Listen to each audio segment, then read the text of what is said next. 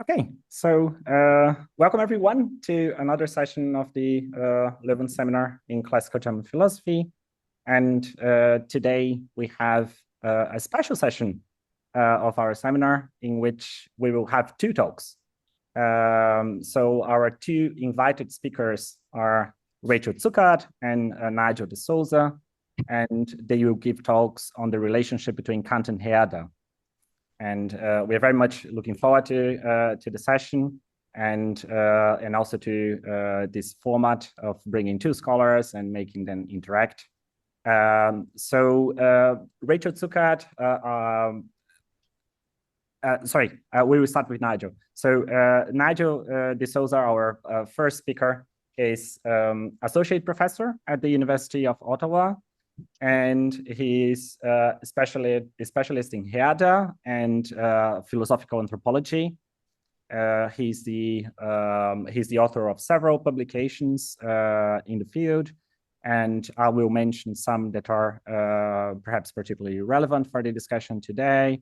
So he co-edited the book Herder, Philosophy and Anthropology, together with Vinicius Waldo, by Oxford University Press, 2017, and he also authored a few papers and chapters. I'll mention some. So Herder's theory of organic forces and its Kantian origins in the volume Kant and his German contemporaries, and also the chapter Herder's critique of Kant on the concept of being in the volume Herder's Essay on Being, a Translation and Critical Approaches, also published in 2018.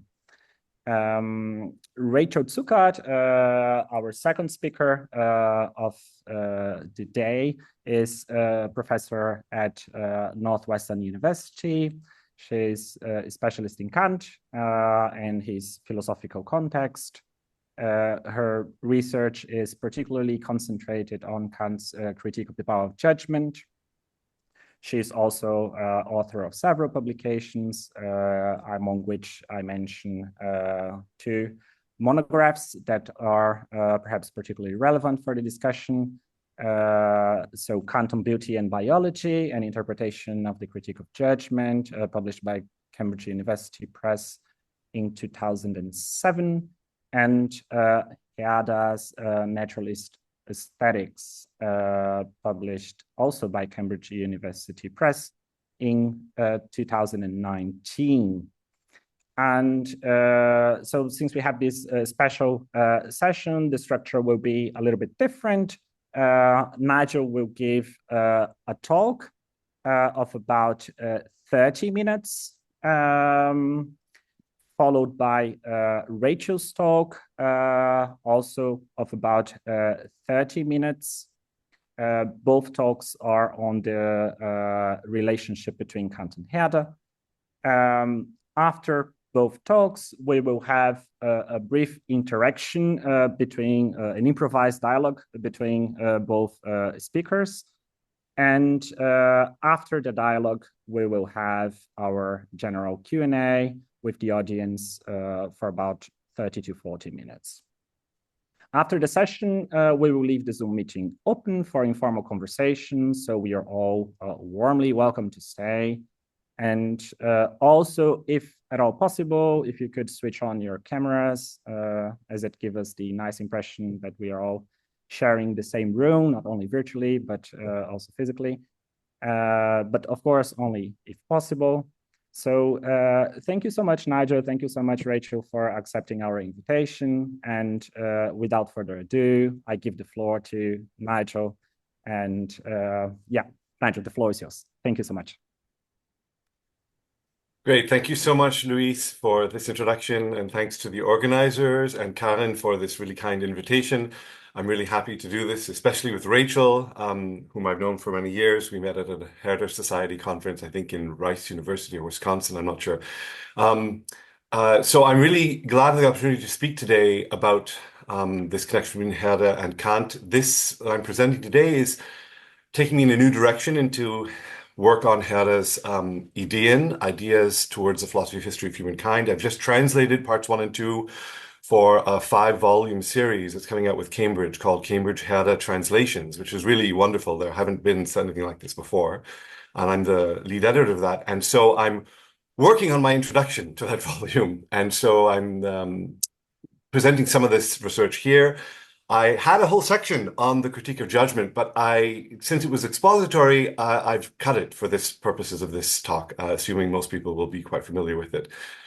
But I will start right away because I'm going to be worried about time. So I'm going to start a stopwatch here also, and I will share my screen with you. Let me see if this works for a PowerPoint. Okay, there we go. Is that working?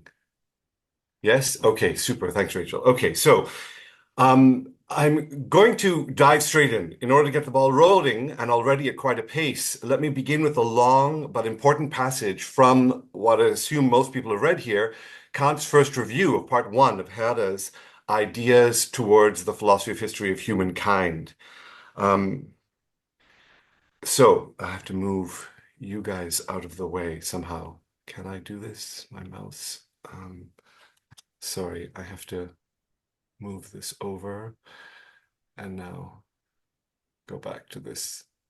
Okay, there we go. So this is a long quote. I'm going to focus on a certain part of it, but let me read it together. This is now, the background here is Herder's understanding in the first and second parts of the Ideen of a connection between an invisible realm of forces he thinks underlies the visible forms we see from rocks and crystals, matter, inanimate, all the way up to human beings running through the living world. So Kant writes, now, as pertains to that invisible realm of effective and self-sufficient forces, it is difficult to see why the author, Herder, after he has believed he is able to safely infer from the organic generations to its existence, did not prefer to make the thinking principle in the human being pass immediately to it as a merely spiritual nature, without raising it up out of chaos through the structure of organization. Unless he were to take these spiritual forces to be something wholly other than the human and regarded the latter not as a particular substance, but merely as the effect on matter of an invisible universal nature that works within it and animates it. Which opinion, however, we have reservations about ascribing to him. And here's the important part for me. Yet what is one to think in general about the hypothesis of invisible forces affecting organization, hence about the endeavor to want to explain what one does not comprehend from what one comprehends even less? At least with respect to the former, we can become acquainted with its laws through experience, although their causes will remain unknown. But with respect to the latter, we are deprived of all experience, the realm of forces. And now, what can the philosopher adduce here in justification of his allegation, except the mere despair about ever finding the disclosure in any cognition of nature, and the decision he's forced into of seeking for it in the fruitful field of his poetic power? Also, this is metaphysics, indeed a very dogmatic one, however much our writer denies it, because that is what the fashion wills. So this passage is of such significance because it gets at the heart of what is at issue between Kant and Herder, and I would like to briefly highlight 3 points in it, the third leading me into my first section. First, Herder starts from the position, which he explicitly associates with Leibniz and Aristotle in the Ideen and elsewhere, that the soul is a principle of life, of an organized body, and that no force exists without an organ or form of organization. Herder's response, then, to Kant's musings as to why he does not simply make the thinking principle in humans one of these invisible forces is that for him, thinking, like every other force or power, can only be realized in a specific organized form, in our case, in the human body. In a word, the soul is not an immaterial spirit, as we'll see over and over again from Herder's perspective. Second, and now jumping to the very end of the passage, Kant accuses Herder of engaging in metaphysics, indeed very dogmatic metaphysics. From one perspective, this simply cannot be denied, but from another, it can at the very least be attenuated. While Herder does discuss these invisible forces, organic forces, in great detail, he also repeatedly qualifies these discussions throughout his life, with the caveat that he is not thereby asserting that he has any special insight into their nature, that in Kantian terms he cognizes them. For he writes, I have not yet known any philosophy that explained what force is. Third, and finally, let's return to the middle of the passage and to the key criticisms. Kant is claiming, first, that Herder is trying to explain what we do not comprehend, that is, organized bodies, by means of something we comprehend even less, that is, invisible organic forces. Second, epistemologically, since for Kant we have no experience of these forces, and hence no cognition of them, Herder must have recourse to the fruitful field of his poetic power in order to ground his claims. In fact, this affords me a nice segue into my discussion now of Kant and Herder's conceptions of matter and life somewhat, in which we will discuss these criticisms in more detail. Now, although Kant composed this review of Herder in 1784, a few years after the publication of the first critique, and although one can sense the language of the first critique around the edges here, there was, in fact, no need for Kant to have recourse to that work in order to make the critical points he does here. For he had already made them in his 1768 Dreams of a Spirit Seer. In that work, Kant explores the limits of our empirical and metaphysical knowledge and distinguishes the fundamental forces such as attraction and gravitation, whose effects in the material world we can observe and mathematically quantify, from our supposed knowledge of immaterial spirits. While Kant has in mind Swedenborg's extravagant claims with respect to communicating spirits, with spirits, I'm interested in what he has to say about the relationship between immaterial spirits and living bodies. In the first part of this work, to which Kant gives the title dogmatic, which is important, Kant writes, so here I'm not going to read through this entirely, but you see him speaking about in this dead matter, which is understood through solidity and extension, is mathematical, mechanical, etc. And then, on the other hand, a type of being, an immaterial being, which he's going to call, which grounds life in the universe. This is in the section where he's entertaining the idea of spirits as principles of life. He even says that, as I'll say in a moment. But there's the question of how they can possibly interact, these immaterial beings and the dead stuff of nature. And so he hypothesizes that there are causal laws of these immaterial beings called pneumatic, and their effect in the world would then be organic. That's all in this quote. The basic conception of matter Kant describes here is the same Newtonian mechanistic one that transfers over into the critical period. But the conception of immaterial beings or spirits that are the ground of life, he even speaks of them as principles of life in this context, is one he will ultimately reject in this treatise. There are two important points to make with respect to this. First, just a few pages earlier, Kant acknowledges that he's very much inclined to exert the existence of immaterial natures in the world and to place his own soul in the class of these beings. The reason for this, he says, is that it is the principle of life which seems to be of an immaterial nature and entails the inner capacity to determine itself voluntarily. But this raises the problem of how an immaterial nature moves a material body. And here he invokes Leibniz to hypothesize that the immaterial spirit operates on matter, not by mechanical relations of colliding physical bodies, but by operating on the inner principles of material states. That's something that Herder will take up.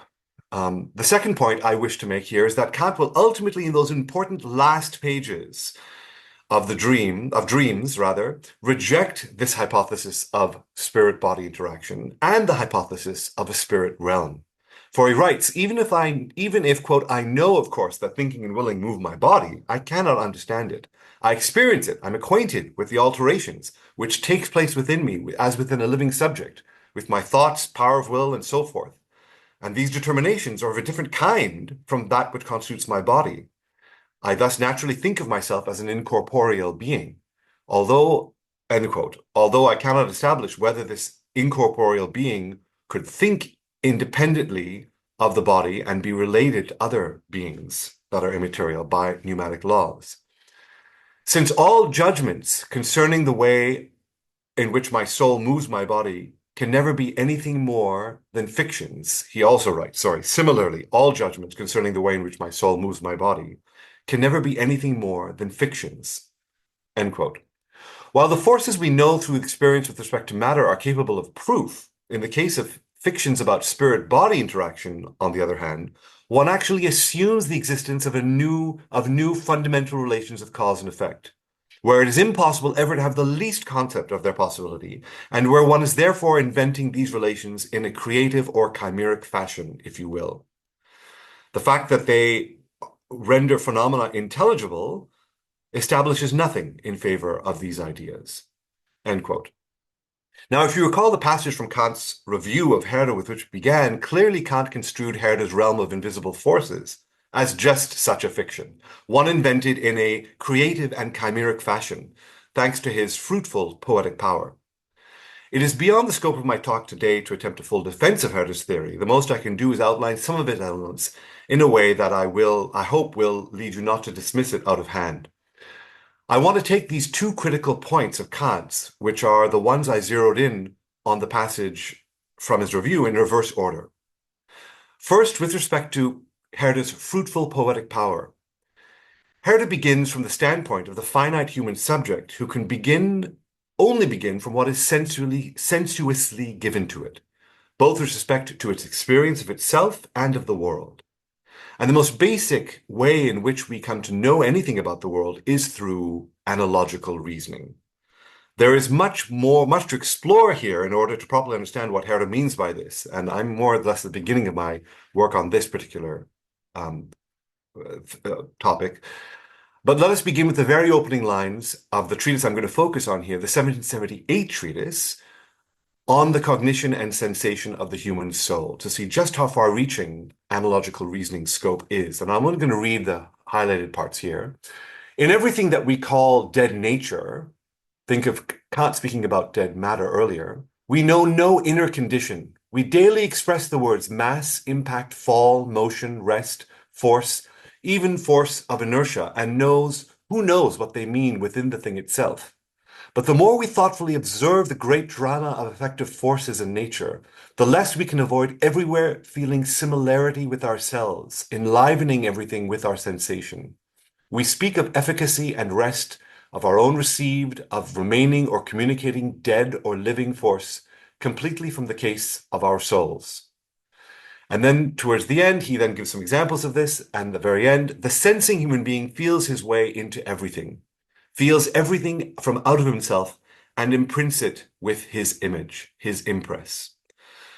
Not only does Herder see matter as endowed with forces, but he sees our very ability to conceptualize these forces as epistemologically possible because of a fundamental analogy between ourselves and nature.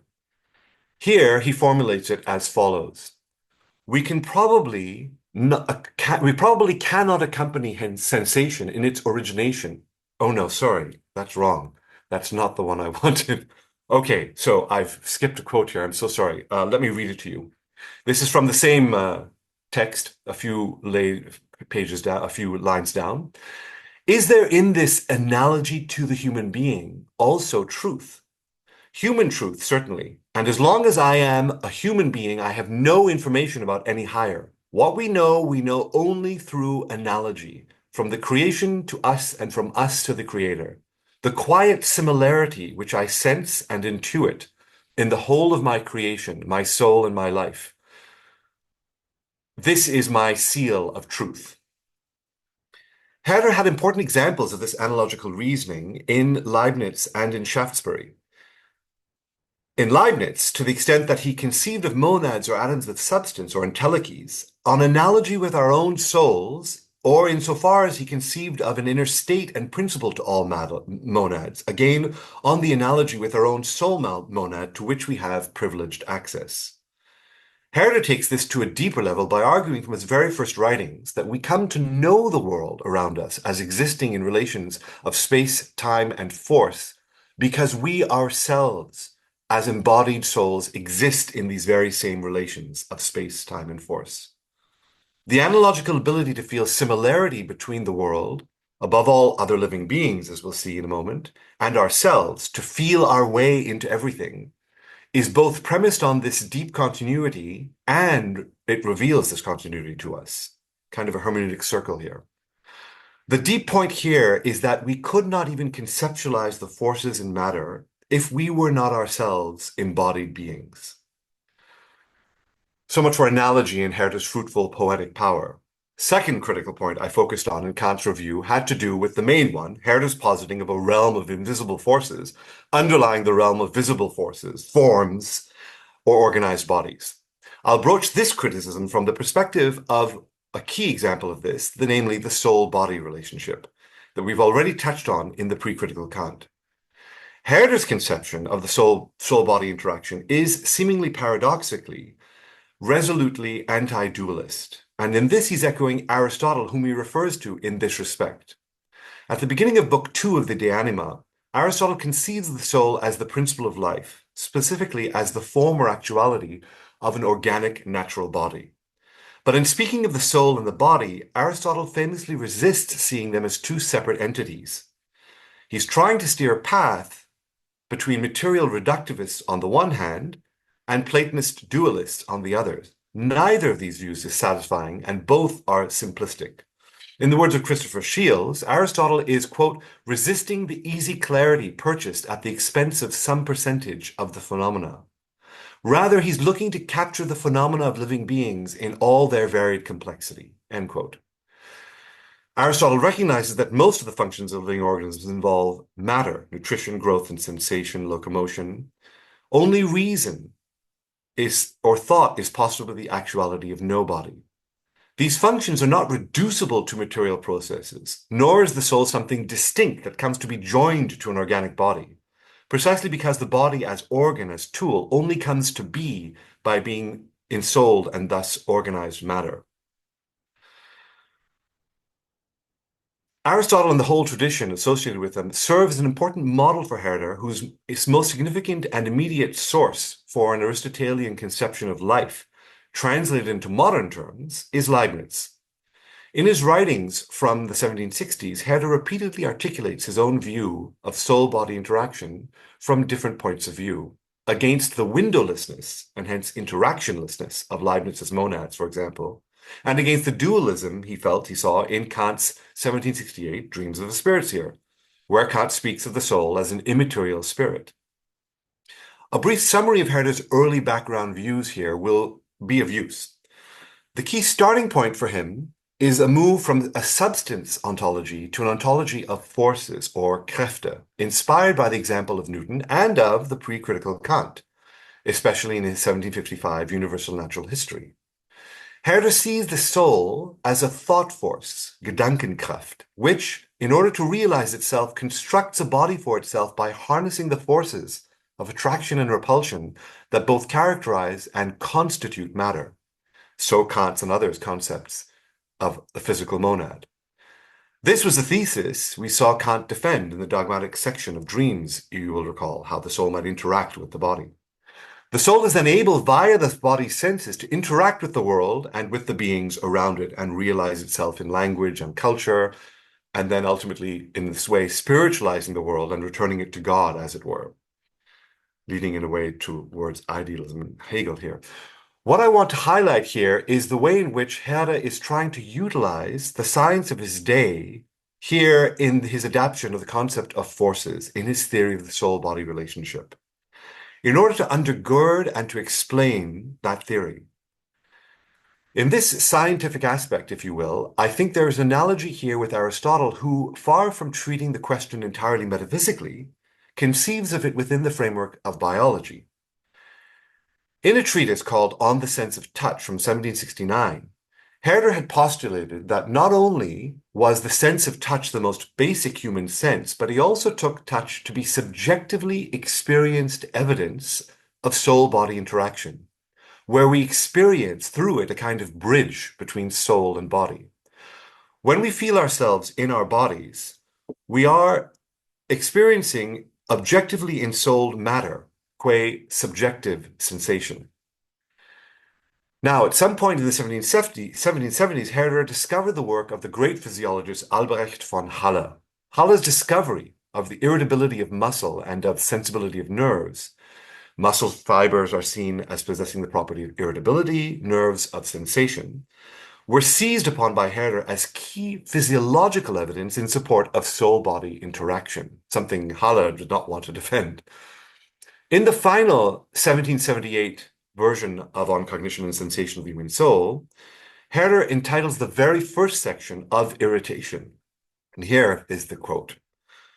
He begins, "We probably cannot accompany sensation in its origination further down than to the strange phenomena that Halle has called irritation. The irritated little fiber contracts and expands again. Perhaps a stamen, the first little glimmering spark towards sensation, to which dead matter has purified itself up through many courses and levels of mechanism and organization. As small and obscure as this beginning of the noble capacity that we call sensing may seem, it must be equally important.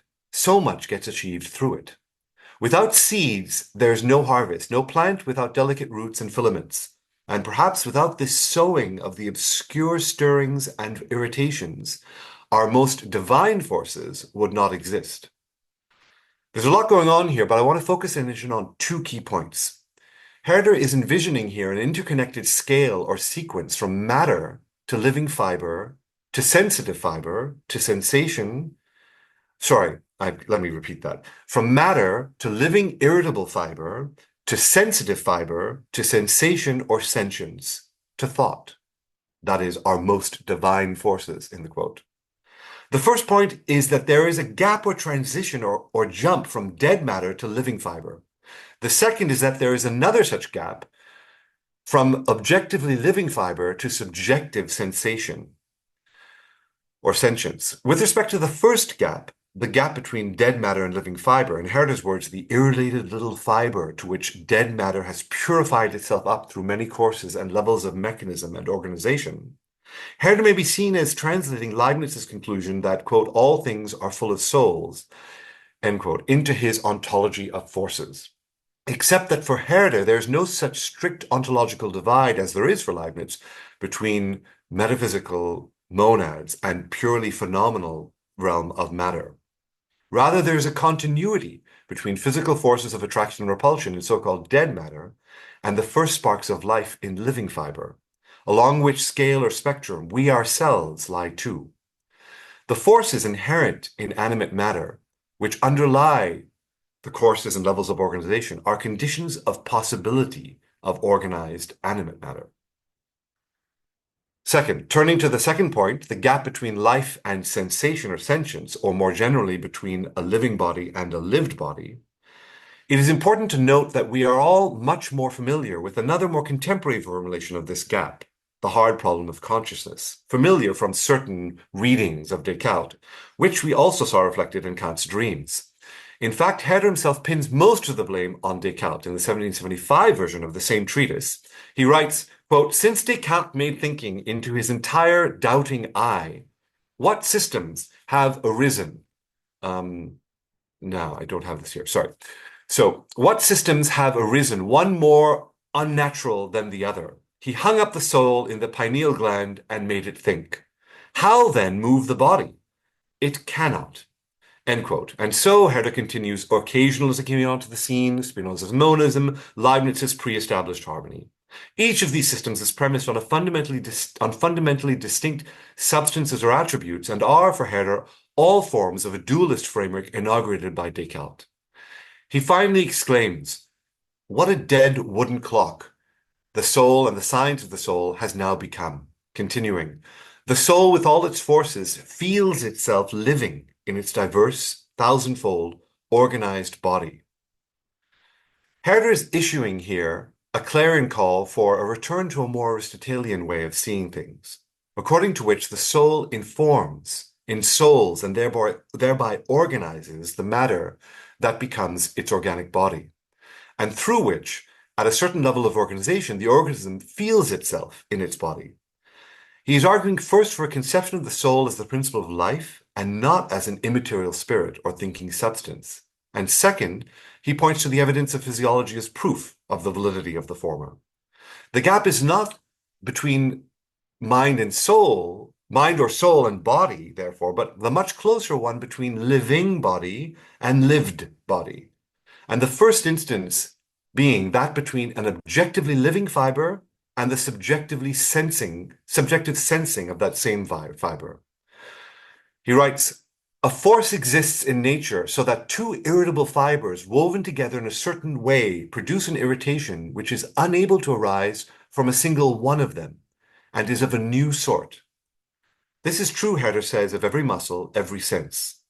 Ultimately, however, the rational soul appears, but not as some ghost in the machine, as a distinct substance, but as in the very end of quote above, in close connection with lowly, corporeal, obscure stirrings and irritation.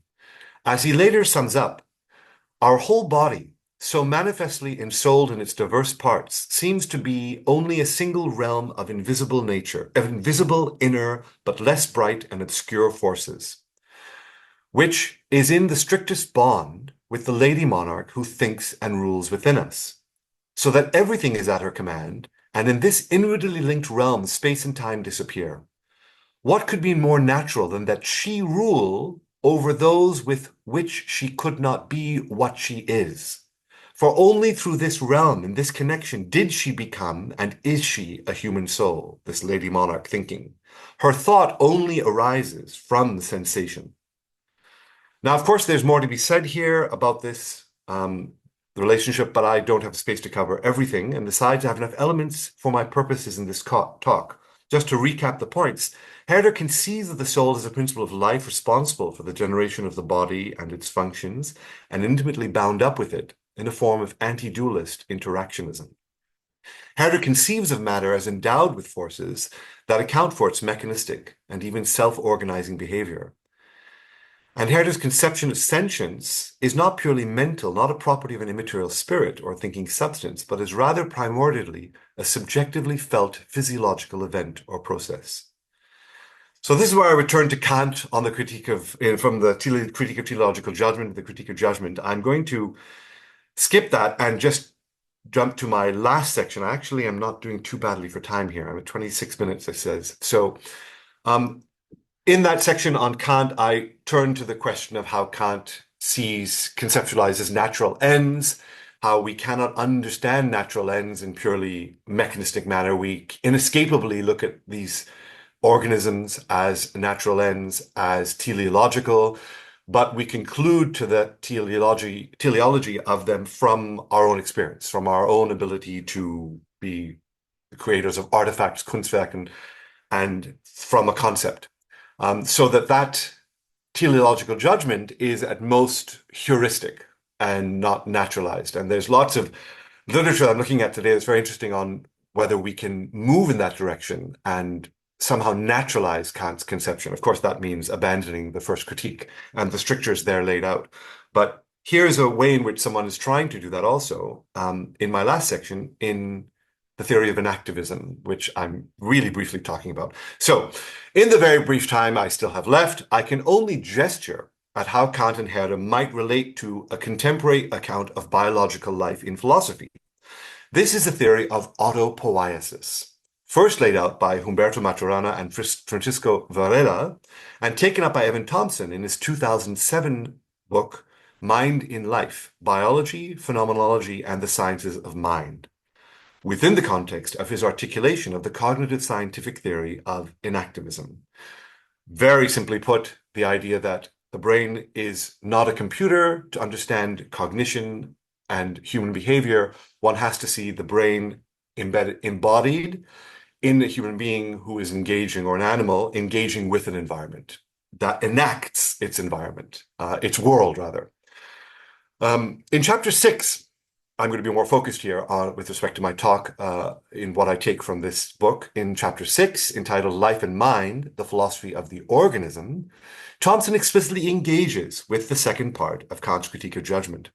He recognizes just how close Kant came in his ideas, especially that of organisms as self-organized beings, to the central tenet, a tenet central to the enactivist theory that life, organisms, are autopoietic, self-organizing.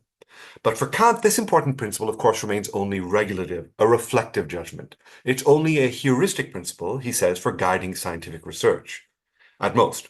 Thompson is careful here and raises at least 2 points with respect to this. The first has to do with Kant's rejection of hylozoism. The second with arguing from analogy, and I'll take these in order. In section 65 of the third critique, Kant acknowledges how nature and life are not well served by construing them on analogy with art. Mainly because there's no external artist here in a nature that organizes itself. Kant writes, perhaps one comes closer to this inscrutable property, self-organization, if one calls it an analog of life.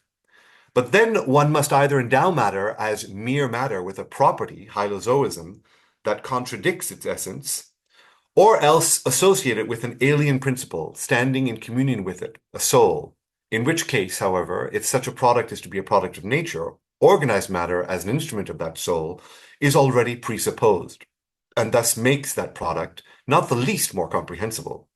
Or else the soul is made into an artificer of the structure, and the product must be withdrawn from corporeal nature.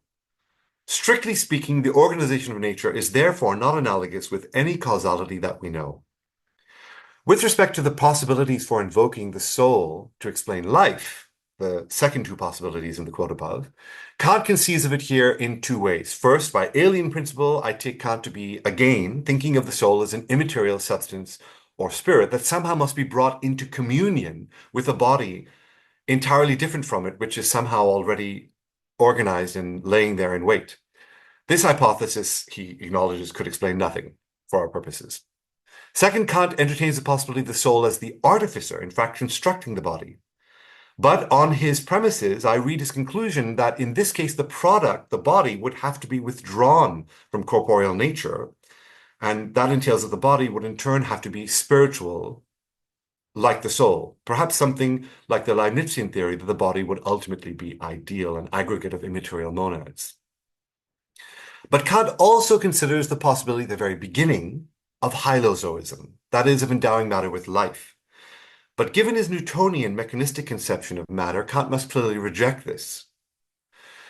Now, directly in relation to this quote, and with respect to the dilemma he sees Kant as facing between the soul as an immaterial spirit and matter itself as endowed with life, Thomson writes, this dilemma no longer seems compelling.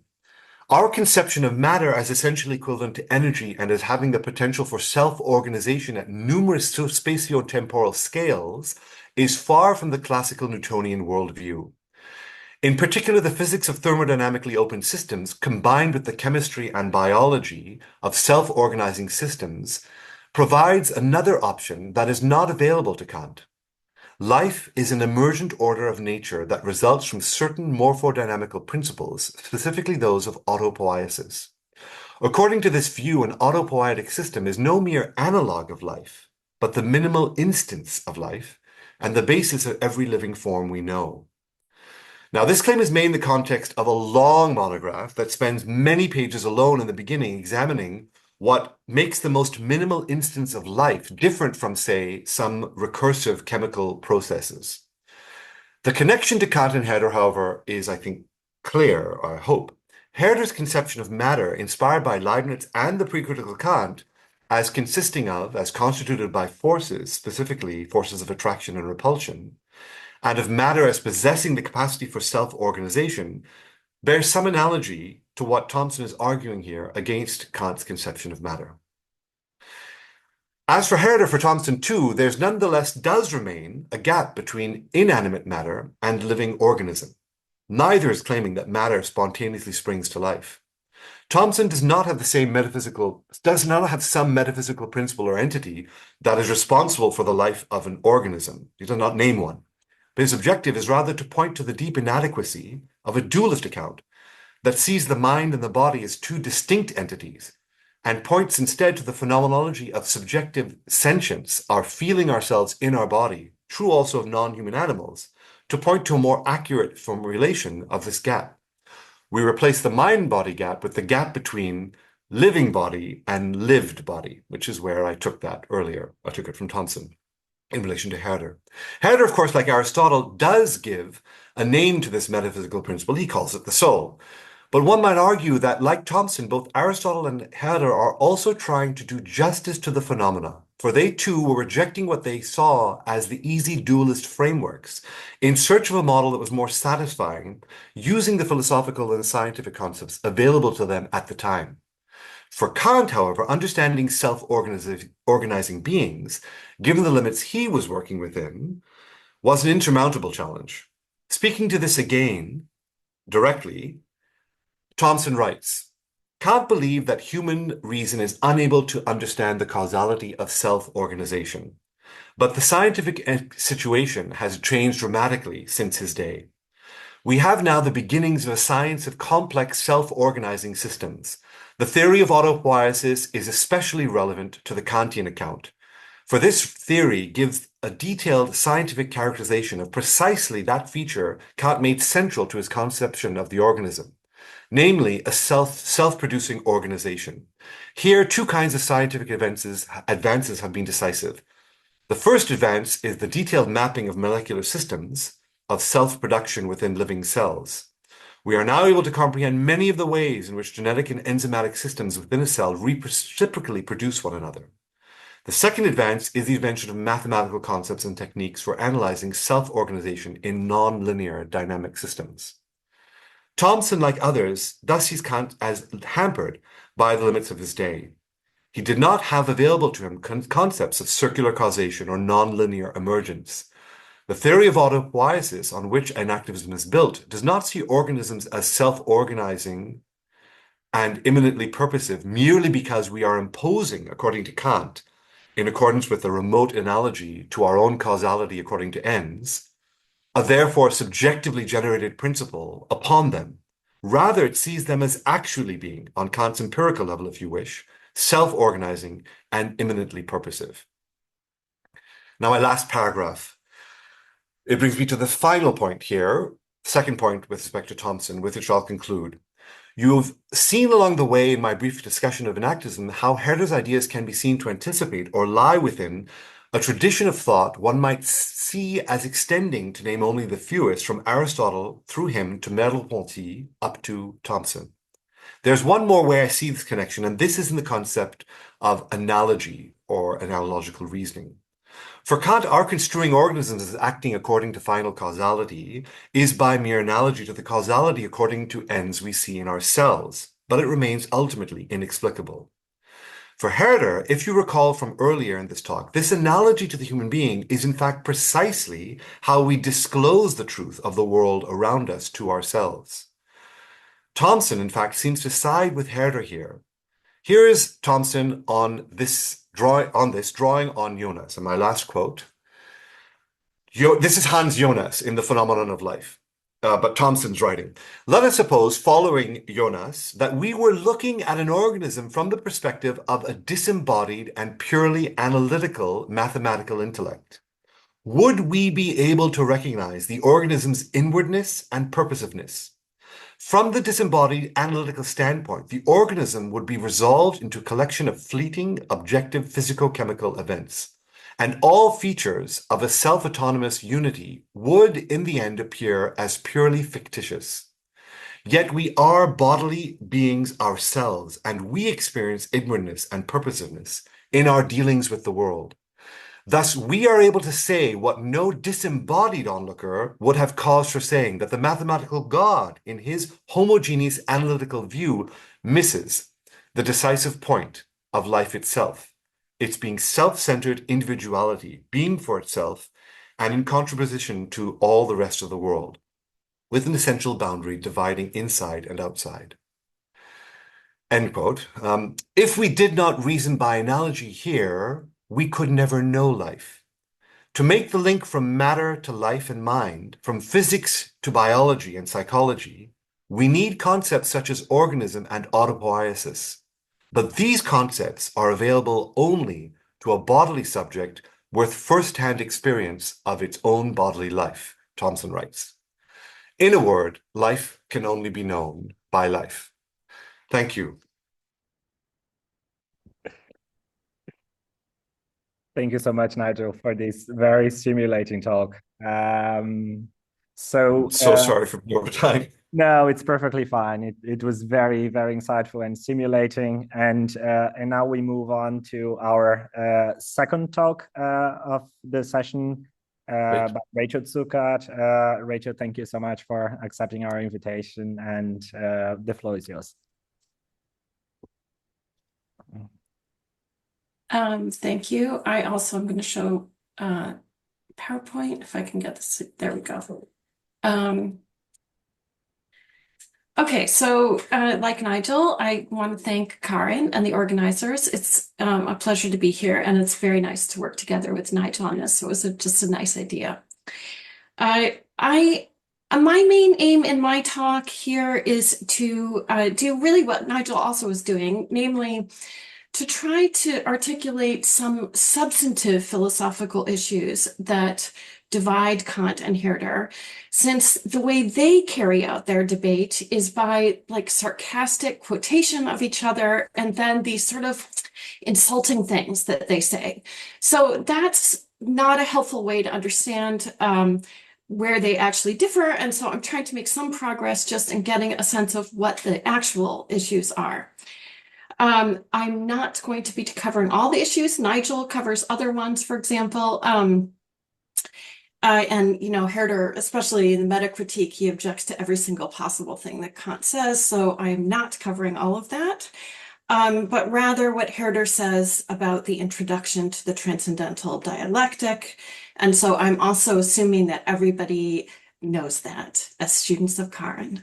So, or, you know, associated Kant people. Finally, I'm also going to read to stay within time, I hope. So, so here I go, starting in. So Herder, of course, was a deeply appreciative student of Kant's during the pre-critical period. As Nigel mentioned, he took himself to have learned many things from Kant then. But later engaged in a fierce and, at least on his side, bitterly polemical debate with his former teacher. That debate has often been understood as one between a representative of Enlightenment reason, that is Kant, against an early counter-Enlightenment figure, that is Herder, who champions emotion, poetry, tradition, religion, all these things, against cold, abstract, revolutionary reason. There is evidence to support this portrayal, and I'm going to mention some of that, but I think it is also overdrawn. On the one side, as you know, Kant is also a critic of reason, but also Herder has been sort of exaggeratedly portrayed as a counter-Enlightenment figure, and scholars have been arguing for that claim for a while. And I'm sort of adding to, and I think Nigel agrees with this sort of approach, actually, adding to that rethinking of Herder's position vis-a-vis reason and the Enlightenment. So in particular, I want to talk about Herder's criticism of Kant's conception of reason in the meta-critique. There, Herder accuses Kant not of being overly rationalistic, but of being insufficiently appreciative of reason, that's treating reason too negatively, casting it into poor a light. So I think that means that we have to rethink this debate, like it's not sort of Kant pro-reason, Herder against reason.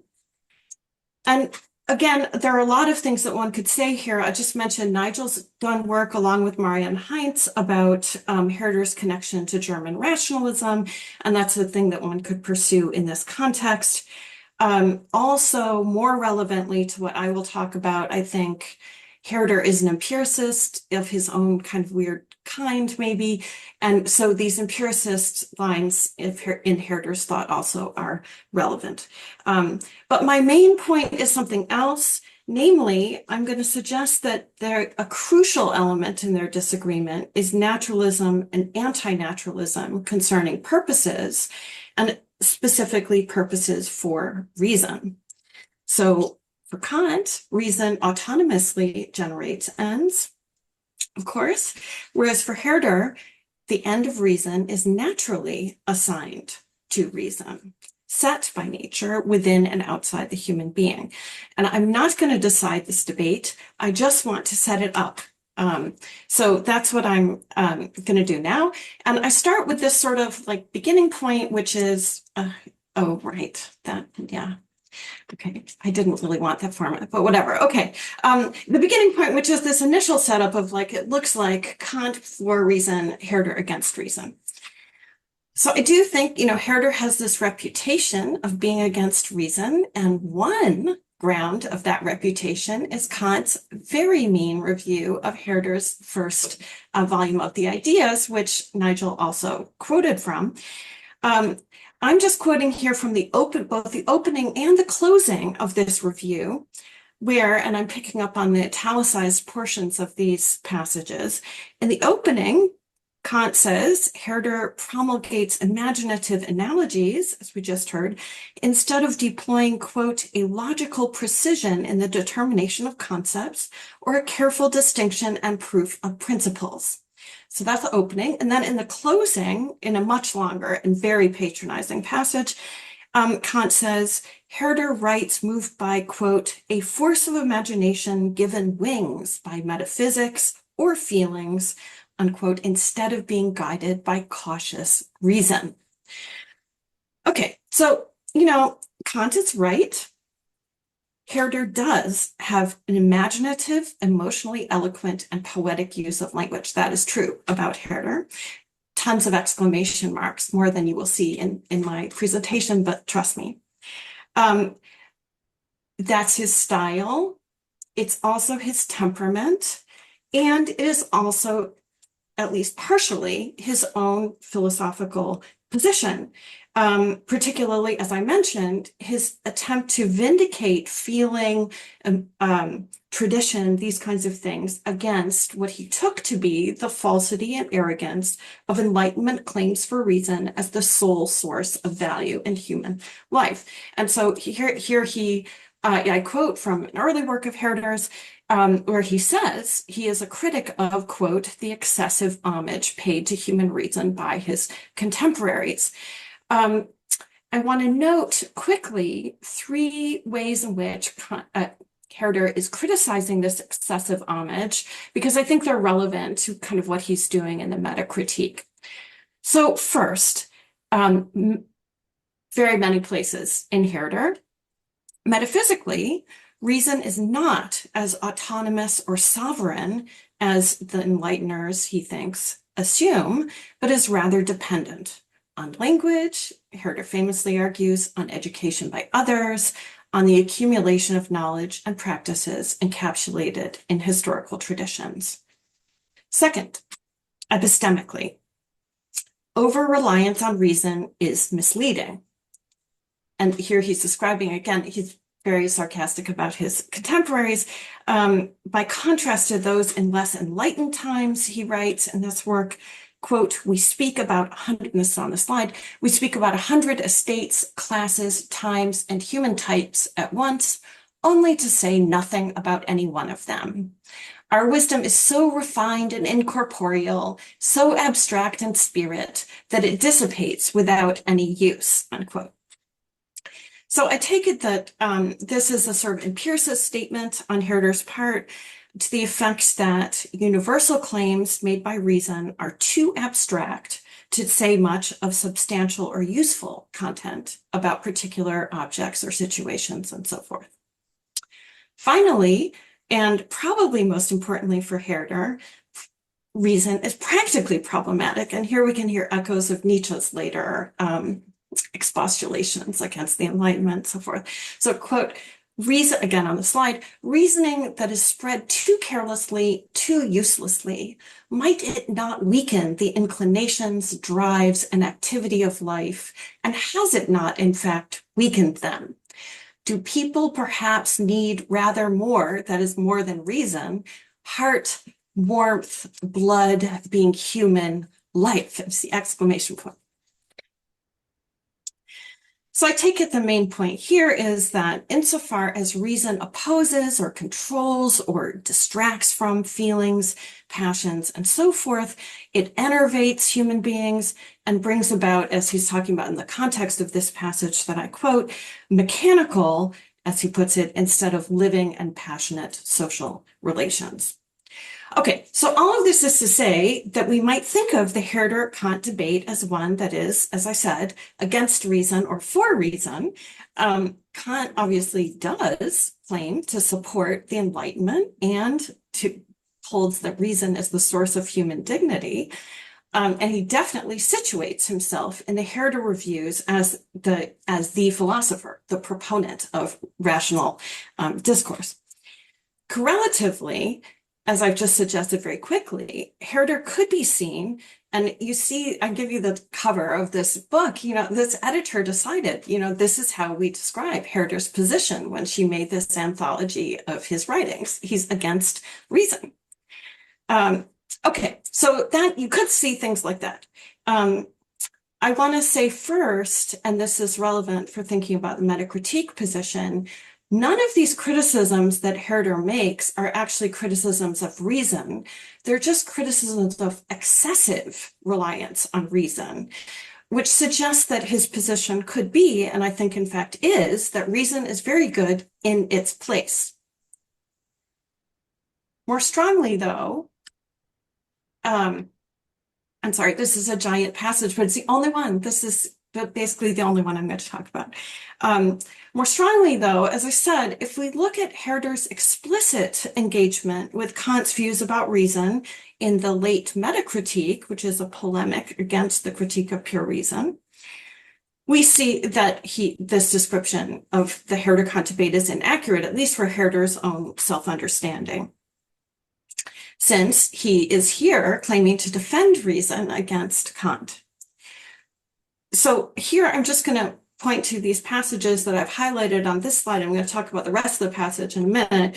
But for now, as I say on the slide, the critical philosophy, Kant, has misunderstood the essence of reason when it knows nothing of its true use, but rather knows only the dialectic of reason, that is, paralogisms, antinomies, and a rationalizing ideal. That is, when it attributes a false tendency to it as its nature. And then he talks for a while about Kant's view that reason is seeking the unconditioned. And he says at the very end of the passage, that is no work of reason, but that of pure unreason and its representative sophistical dialectic.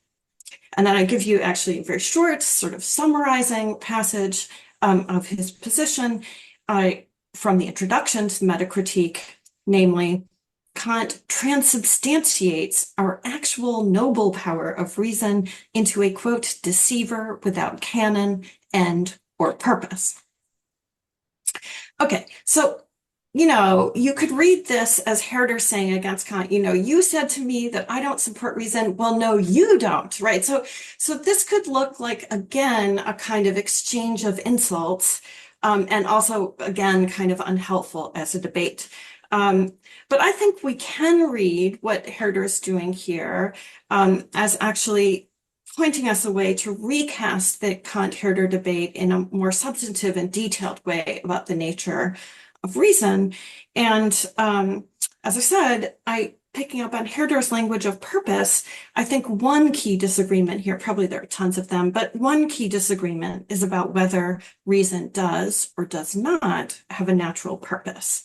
So I now turn to talk about that this is the same passage, just different points about it.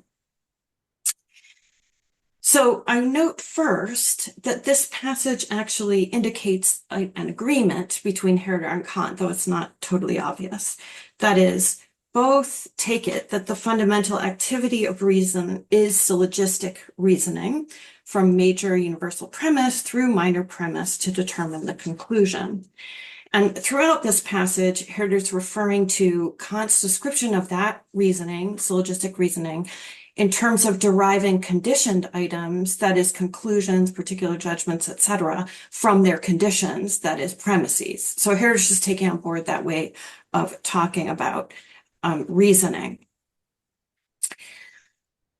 This activity, though, has different meanings for each of them.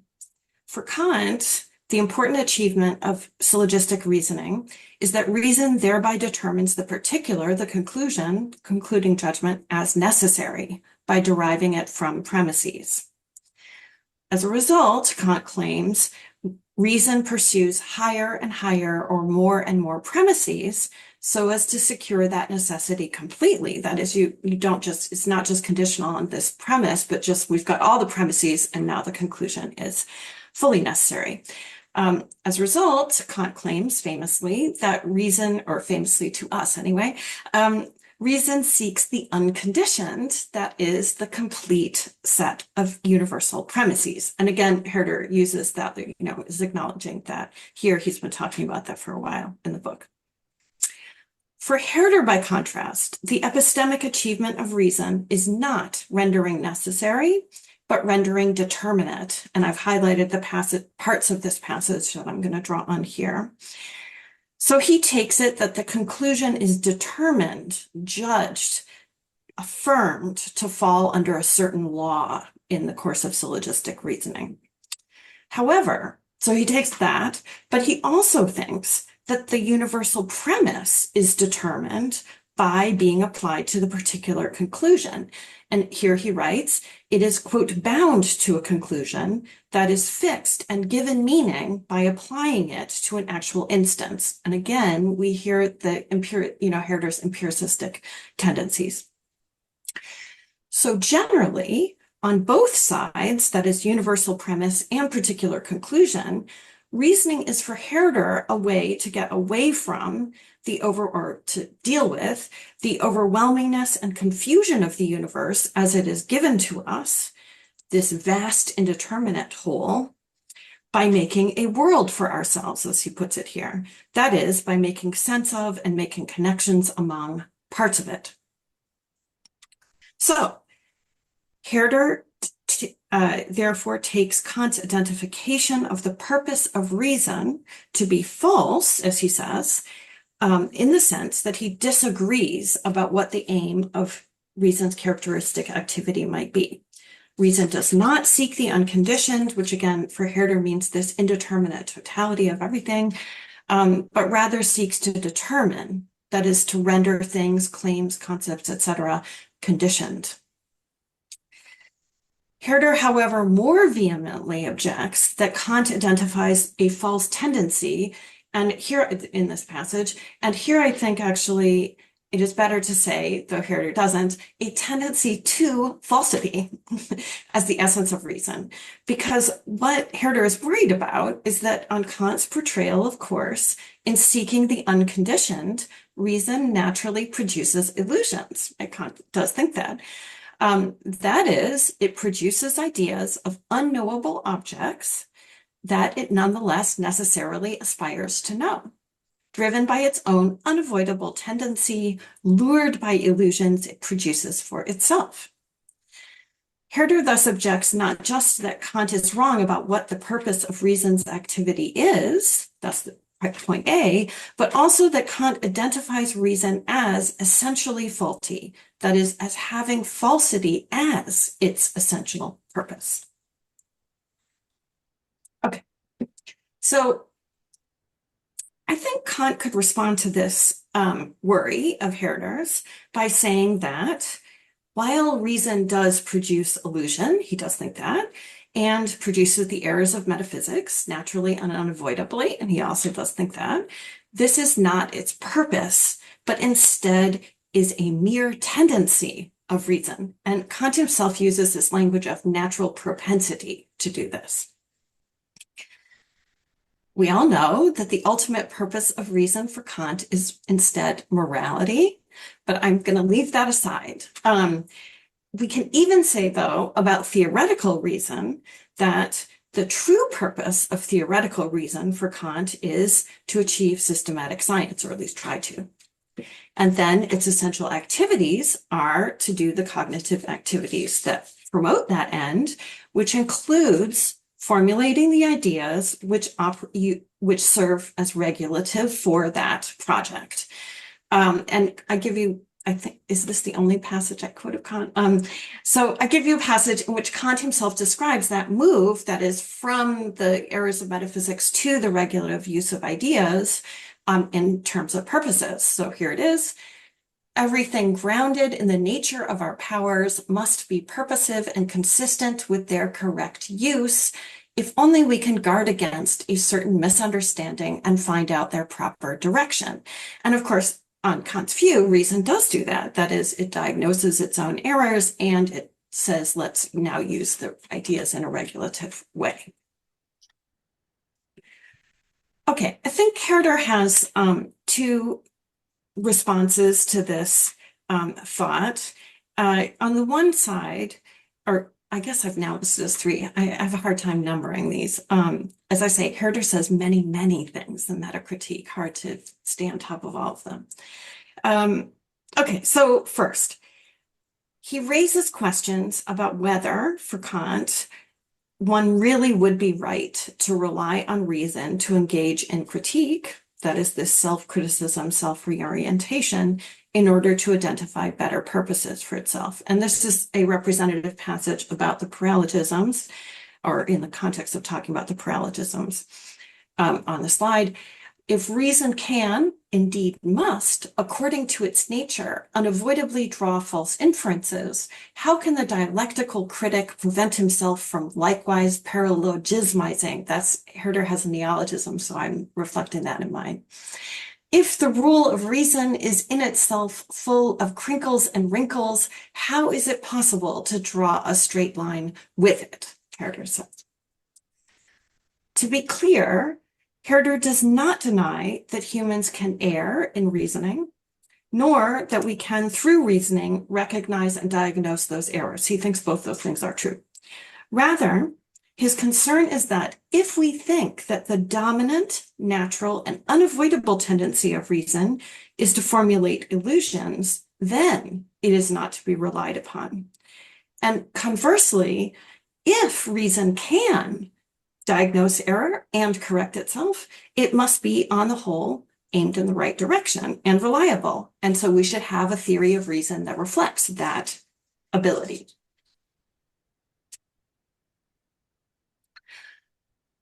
Second, or D, whatever, I think Herder would not be that friendly to the suggestion that a natural, unavoidable tendency in a particular direction isn't the purpose of the capacity, but just a tendency.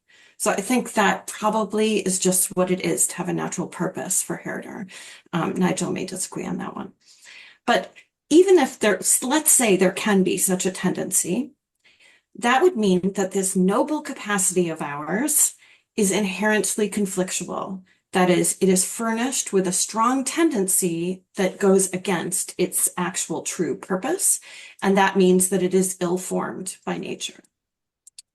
And again, here, Herder, I think, also emphasizes generally, not about this point, but I think would say about this point, there are limits to our powers of self-transformation. We just may not be able to redirect an ineluctable tendency. Okay, so what I want to say is that all these things together for Herder amount to the fundamental natural purposelessness of Kantian reason. That is, in my terms, a detachment from it having a place within human nature or nature as a whole.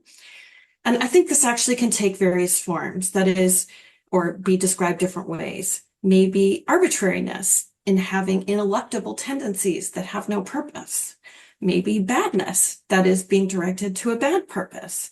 Maybe this pretension to assign a purpose to itself without thinking about its relation to the rest of life or the rest of the world. Since I think all of these various ways Kant thinks about the purpose of reason are deplaced in the way that I'm talking about that are problematic from Herder's point of view. That is, the search for the unconditioned, the systematicity of knowledge, even wanting to prove judgments as necessary. All of those are self-generated by reason. They're not given by nature or empirical experience, as Kant also emphasizes, and they're unmotivated by needs.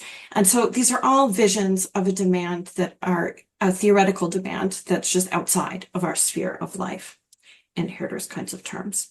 By contrast, Herder's own understanding of reason as aiming to make sense of, that is, to determine, to render comprehensible, to knit together into a world, the overwhelming rush of nature around us, portrays reason as having an assigned task, one pressed upon us by the complexity of nature and our need to make our way in it.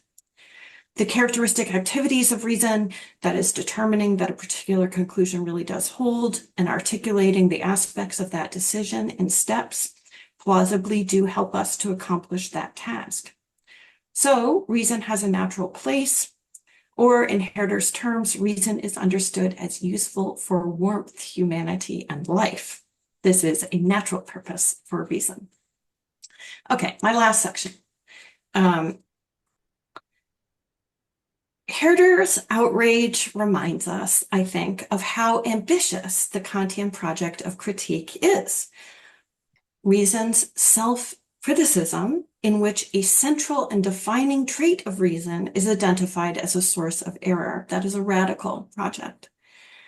And it reminds us of how ambitious and radical the Kantian claim of the autonomy of reason is. Namely, that reason can and does fabricate ends for itself, independently of nature, whether inside or out.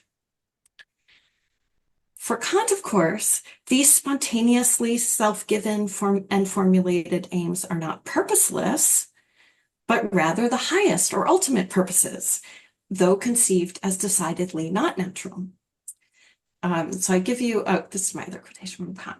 So I give you his definition of purpose, namely on the slide, the concept of an object insofar as it is at the same time, as it at the same time contains the ground of the reality of this object, unquote. That is, a purpose is an aim of intentional activity to produce an object as described by a concept. On this understanding, Kantian reason's self-generated aims are exemplary purposes because they describe objects that can only be brought about by activity guided by concepts of them. Those objects will not exist otherwise. Likewise, the concepts that are guiding this activity are generated entirely independently of the objects that then they will bring about. That is, there's no sort of preceding object that prompts those concepts. On the other hand, as Nigel sort of quickly quoted, I think, natural purposes, that is, purposes that are assigned by nature or inherent in preconceptual tendencies and stuff like that, are, on this view of what a purpose is, inexplicable. So I've suggested that anti-naturalism concerning purposes is a source of Herder's antipathy to Kant's critical position. And what I want to say now is that it also drives Kant's correlative antipathy to Herder's ideas. Because Kant's commitment to the dignity, you could say even the coolness of reason, is based precisely on its separation from given tendencies in human nature, its freedom to formulate ideas beyond experience, to make normative demands for distinctive actions and forms of knowledge that are unprompted by what is empirically given. Correspondingly, in the first Herder review, Kant not only criticizes Herder's style, but fastens upon Herder's proposal to explain the human capacity of reason, that's distinctive among animals, Herder also thinks, as a result of our upright bodily posture. Kant, I think, rightly points out the explanatory gap between uprightness and the ability to reason, but his outrage at this also reflects, I think, the fact that Herder's proposal treats reason as dependent on and directed by nature. As Kant, so sarcastic paraphrasing, Kant sarcastically paraphrases Herder as saying, and this is the quotation on the slide as well, reason is nothing but what is perceived, a learned proportion and direction of ideas and forces to which the human being has been formed in accordance with his organization and way of life, unquote. Okay, so I haven't done anything to decide this debate, I think, but I'm just attempting to articulate what the opposing positions are, giving a sense of what their stakes are and what the burdens, the philosophical burdens for supporting either side might be. And as I say, I hope that can lead to a more productive and less sarcastic consideration of this disagreement than they managed. Thank you. Thank you so much, Rachel, for this great talk. So now we move on to this improvised exchange between both of you. So if you have comments or questions on each other's talks, so please go ahead. I'll let you free. So just, yeah, Good. Go ahead. Nigel, how should we do this? Do you want to go first? Do you want me to Yeah, go? Maybe I should go sure. first because you went first. Well, I have a question actually that gets in a way to something common to both our talks that I'd like to ask about your talk. So I really enjoyed this. I have not studied myself the Metacritique yet, so it's informative for me. There's so much in here, and I'm just looking at. I have, of course, a copy of your talk. Um, in this move that Herder sees Kant, to understand you correctly, you see that when Kant speaks about the natural dialectic, the dialectic of reason, that it has a tendency to seek the unconditioned and then it produces illusions. You think that for Herder, if you read that as as a tendency and not in reason's purpose, if Kant sees that as a natural propensity of reason, then it must be something that for Herder, it must be its purpose in some sense. It must be something fundamental to it. And he wants to, if I'm hearing you, reading you correctly, that he wants to resist that. And I'm trying to think about the grounds for which he would resist that. And something that I see throughout his life, which is this, starting with his letters even to Mendelssohn, where Mendelssohn speaks about the soul as perfecting itself after life. And he says that, look, these things that we talk about, like virtues and moral principles in our handbooks, they're all reified. We're all taking reason and reifying it using it to reify things into abstractions. And that these things, in this particular example of morality, are always linked to a context. And you emphasize this in your talk. So the underlying question here is that how you could take the grounds of Herder's critique of Kant here, because it's the idea that reason has this natural tendency or propensity has to be premised on a conception of reason that is entirely sui generis, or seems to be analyzing this capacity as sui generis and not as you quote in the last quote by Herder, it's linked to a form of life. Oh, well, I mean, thinking of Stanley Cavell here, but like it's embedded in this way. There's more I want to say about this with respect to the ontology of forces, but just start with that.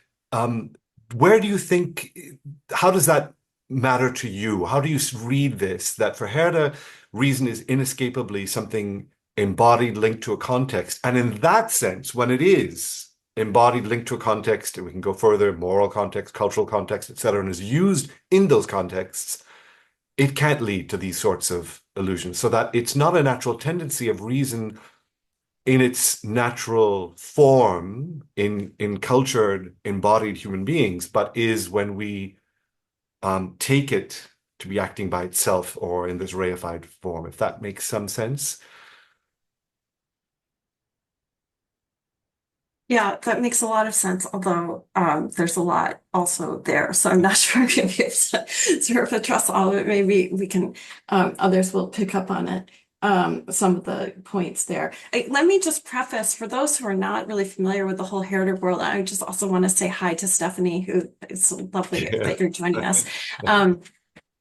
So, just for those who don't know the Herder world, Nigel and I are actually very much on the same side within the Herder world, namely emphasizing this kind of naturalistic, and Stephanie too, but only the allies came, emphasizing this sort of naturalism in Herder. So in that sense, whereas there's sort of more cultural constructivist views about Herder's position about everything, which I think, well, at least I'm not going to speak for others, but like I'm resisting a very strong version of that, which is around. Okay, so yeah, Nigel. Okay, so I mean, one thing I would say sort of immediately is that I guess I was thinking in a more superficial way that just Herder wants to say this is not a tendency of reason. Like, actually, it's just not. right? Like Kant made up this whole thing and, he thinks it's really cool and stuff, but it just isn't a central tendency of reason to aim at illusion. Mhm. So in some sense, I think Herder just wants to deny this on the sort of facts of the matter. Um, but you're right, and sorry, and I should say that that part of it is this sort of I don't know, I was going to say the difficulty of Herder's position, but anyway, Herder operates with this, I think, relatively strong premise that if we just like figure out how nature is, it is well organized. Like if we follow our own nature, the nature of reason, it is directed towards truth and goodness and whatever. So I think so that's where he wants to say, like, seriously, Kant is just describing reason too negatively. It does not have this bad natural tendency. That said, you add an element which I was not thinking of, but definitely is part of Herder's picture and has to be, which is if everything is so great as you say, or as you presuppose, Herder, where do all the problems come from? And I think he has a lot of explanations, actually, like many, many. But one is, yes, you get seduced by this abstraction and the language of the critique, like all these things. You get seduced by all of that, and that leads you to have bad views. So I think Kant's conception of reason, Herder also has a kind of error theory about how you might end up coming to it, though I wasn't really thinking about that. And yes, I agree, the sort of disembodiedness and trying to abstract reason from the contents that it's talking about and with which it's engaged, that's what the problem is. So yeah, all of that is to say, this is, Nigel and I are kind of more in agreement than not. So in that way, it's not really a debate, if that's what you're kind of looking for. Nigel, did you want to follow up on that? And then I feel like then maybe I should ask you a question. Yeah. Just kind of. Yes, sure. There's so much here in a way, and I'm just so hard to choose. So because I'm thinking of your work, you've written more than once on Herder and philosophical naturalism, Herder's naturalist aesthetic. So this is something you've thought about in this context, and so I'm I'm really eager to have your understanding. So from how would you feel? What would a Kantian answer be? Is it simple, the one I can imagine myself, or how would you frame a Kantian answer to Herder on this? In that him trying to argue, so Herder starts from ontology of forces, and he thinks that even in Gott einige Gespräche, this is a treatise he writes in 1787 on Spinoza. He says that Spinoza got it wrong, but almost got it right, that God is nature, but this nature it's not to be understood as God's thought, and it's manifested in these attributes that we can see and then the finite modes, but rather Spinoza should have thought of everything as forces. This is a dynamic forces, essentially, underlying nature, and that precede thought, that actually thought. And this is, again, let me get right to it. This is the question. That's where Herder lays out his response. In 1787, he writes this, then he revises in 1800, and he's responding to Kant's critique of his organic forces in these texts. Gott einige Gespräche. He has a chance now to respond to them.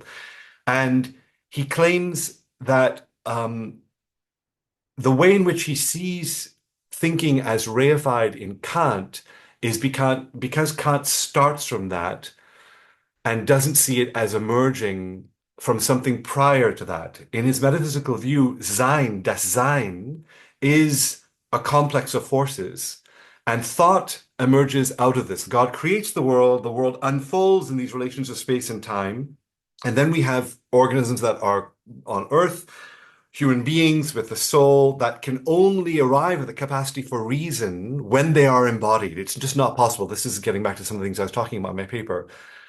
And so for him, I would think that his whole response to the critique of pure reason is that an attempt to explore and understand the capacity for reason as something reified, hypostasized.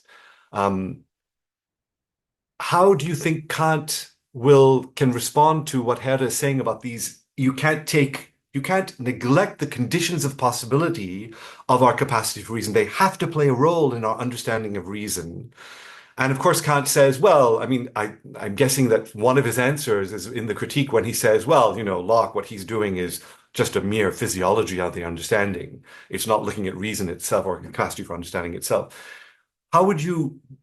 This is the question for me, is how do you think Kant could respond to this? He didn't ever, I think, respond to God, he was done with Herder at that point. Yeah, I mean, I guess here's where I'm a little bit more Kantian. So what can I say? Actually, I just don't think it's right that Kant hypothesizes reason. That just doesn't seem right to me. Kant describes activities that reason does, and so does Herder. So they may disagree about what those activities are and why they're good and blah, blah, blah. But I think hypothesization just seems to me the wrong way of talking about whatever their disagreements are. And I guess I think like Kant is just, well, how can I say, like, sure, we reason as embodied beings. Kant never denies that. Mm-hmm. So he thinks like, of course, you could tell all those stories. You could have theories of anatomy. You could have theories of this, that, and the other. So he never denies any of that. It's just that then there is reasoning and thinking about what the grounds for things are. And this origin story just doesn't tell you what the grounds for claims are. It just tells you what the origins are. So I think he would say that this Herderian line is a what is that called? Like I'm just not thinking of the right word, but anyway, a fallacy about thinking that the origin, genetic fallacy, thinking that the origins inform what the activity is. So again, I don't think it's hypothesized. It's just talking about that activity. What are we doing in that activity, and so forth. So I guess what I would want to say, and this is where I worry. I mean, like I come at this in a way, these issues in a way from Kant. Like Kant sets up this gigantic task for himself, though, about how reason is going to generate all on its own, all of these, like that's not easy either. So I would emphasize more that, and that Herder then can say things like, really, is it not our social community with one another that partially informs what we should do morally, as a kind of natural situation? That's not an origin, and it's not metaphysical. It's just about who, like how we relate to others. And like, surely that should actually inform our moral thinking. So that's how I would Yes, sure. Tend to think about that. So I now feel like I should ask you a question. And since you've raised the issue of forces, I will, what? Yes. I'll just say that that in fact I think I'm trying to smuggle in my interest in where I think there is legitimate critique to be made here of Kant from a Merleau-Pontian perspective, Samuel Todes in Body and World, in which really what I'm thinking of is the starting point and the things of like our concepts of space and time in the transcendental aesthetic. He thinks that Kant makes these into something that are intellectual in a way, and that in fact they are inescapable without us being first embodied creatures or arriving at them. That is a pre-reflective experience of space and time. Samuel Todes argues this, and that Kant doesn't see how our embodiment allows us to arrive at those concepts that way. And so that would be the kind of hypothesization I would only argue for. But and I was trying to smuggle it in here. Yeah, not in the most effective way. So please go on with your questions. Thank you. Yeah, I mean, this is a sort of smaller bore question, but your talk raises or like reminds me of questions that I've had about Herder, before that I just find puzzling. So Herder, and I guess, here also Kant does too, right? This, finding forces mysterious. Herder obviously has a kind of view that's, more friendly to some of our current interests in having naturalist metaphysics and sort of non-dualistic metaphysics and so forth. And the forces are supposed to help us with that. And in particular, you know, you mentioned in your paper, I think rightly about Herder, he wants on the one side to say there's a kind of continuity, like there's sort of forceness in general or something from matter to living things to rational living things. On the other side, they're also supposed to be, in your terms, gaps between, like it's a leap or a transformation. And so, you know, like it's hard to see how forces can do both those things for you. Like if it's the same force, then why is it acting differently in the different cases? And if it's acting differently in different cases, then how does the same force, you know, help us understand that? And so I guess just asking you to say a little bit more if you think, like I've never found Herder to be that helpful on how can we understand this. Maybe you have thoughts about how we can, you know, help Herder out or what resources he gives us. Right. I don't have a good answer for those gaps because I think that so let's take the gap between living body and lived body, the gap between a respirating, digesting, etc., circulating body and our experience of that body subjectively. Take the gap between inanimate matter and it becoming living matter.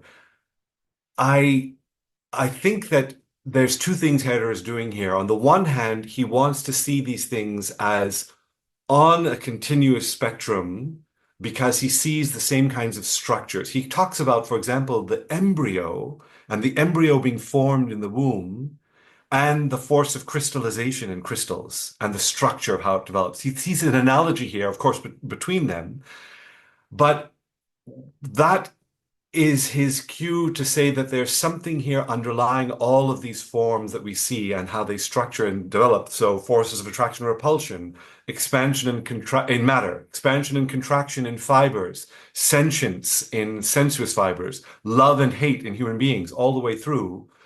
But that there is a scale here, and he thinks there's something that's continuous underlying them without necessarily meaning that he can explain those gaps between them in the same way that Thompson says in the book Mind and Life. Look, there's remains, though I want to replace now, on Thompson's view, an analogous gap, the mind-body gap with as something completely separate in its qualities of the mind as something thinking and having modes of thought, and the body as something physical, external, objective, and measurable, and how these two things relate. Rather, if we look at life, that's much closer. If we look at it, it's really the body-body gap that he wants to think is more accurate, that we have a living body and a body as we subjectively experience that body. So consciousness, thought, begins with bodily sentience.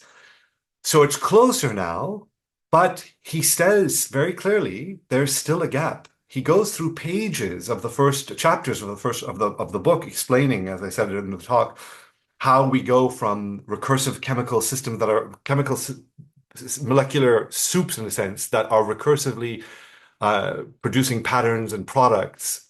What's the difference between that and something that is alive? He says that gap still remains. We don't know what causes it. We don't know what allows for the gap, explains the gap between the living body and the lived body.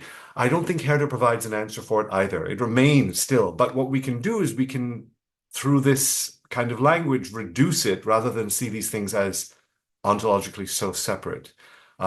It's not as, I don't think Herder gives us that. I don't think he thinks we can have insight into that at all as to how we can see what's generating the gap, the jump. Okay. Rachel, do you have a follow-up on this? Yeah. No, I was going to say thanks. I think maybe we should go to I mean, I have more questions that I could raise to Nigel. Likewise, but we should just 20 minutes now. Yeah, I think. Okay, good. Maybe so now the floor is open for questions. So please just use the raise hand function in Zoom, or if it's not working, just raise your physical hand or post it on the chat, and I'll give the floor to you. Stephanie Bouchonneau. Yes, thank you so much for these wonderful papers and discussion. I really enjoyed it, and I think both of you have very interesting intuitions about this the relation between Herder and Kant. I mean, I thought that in general people start off more with the beginning and the affinities, the initial affinities. I mean Herder being a student of Kant, and then this 1955 universal history, which seems to be still quite where the two seem to be quite close, and then they get so angry that you do not see that anymore in the later writings.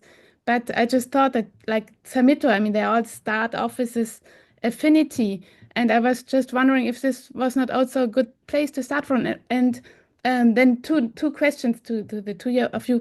Nigel, don't you think that actually Haller also plays a role for Kant? Actually, Kant, who mentions Haller and the problem of the how do you say, the organ of the soul, as it has been formulated by Haller. He said that in his postface to Sommering, he really mentions Haller, the physiologist, and he also seems to be influenced by Haller. So maybe the opposition that you see is not as strong as, I mean, Haller, Kant can also be seen as influenced by this medical anthropology, even I think in the Dreams of a Spirit Seer. So what would you say about that?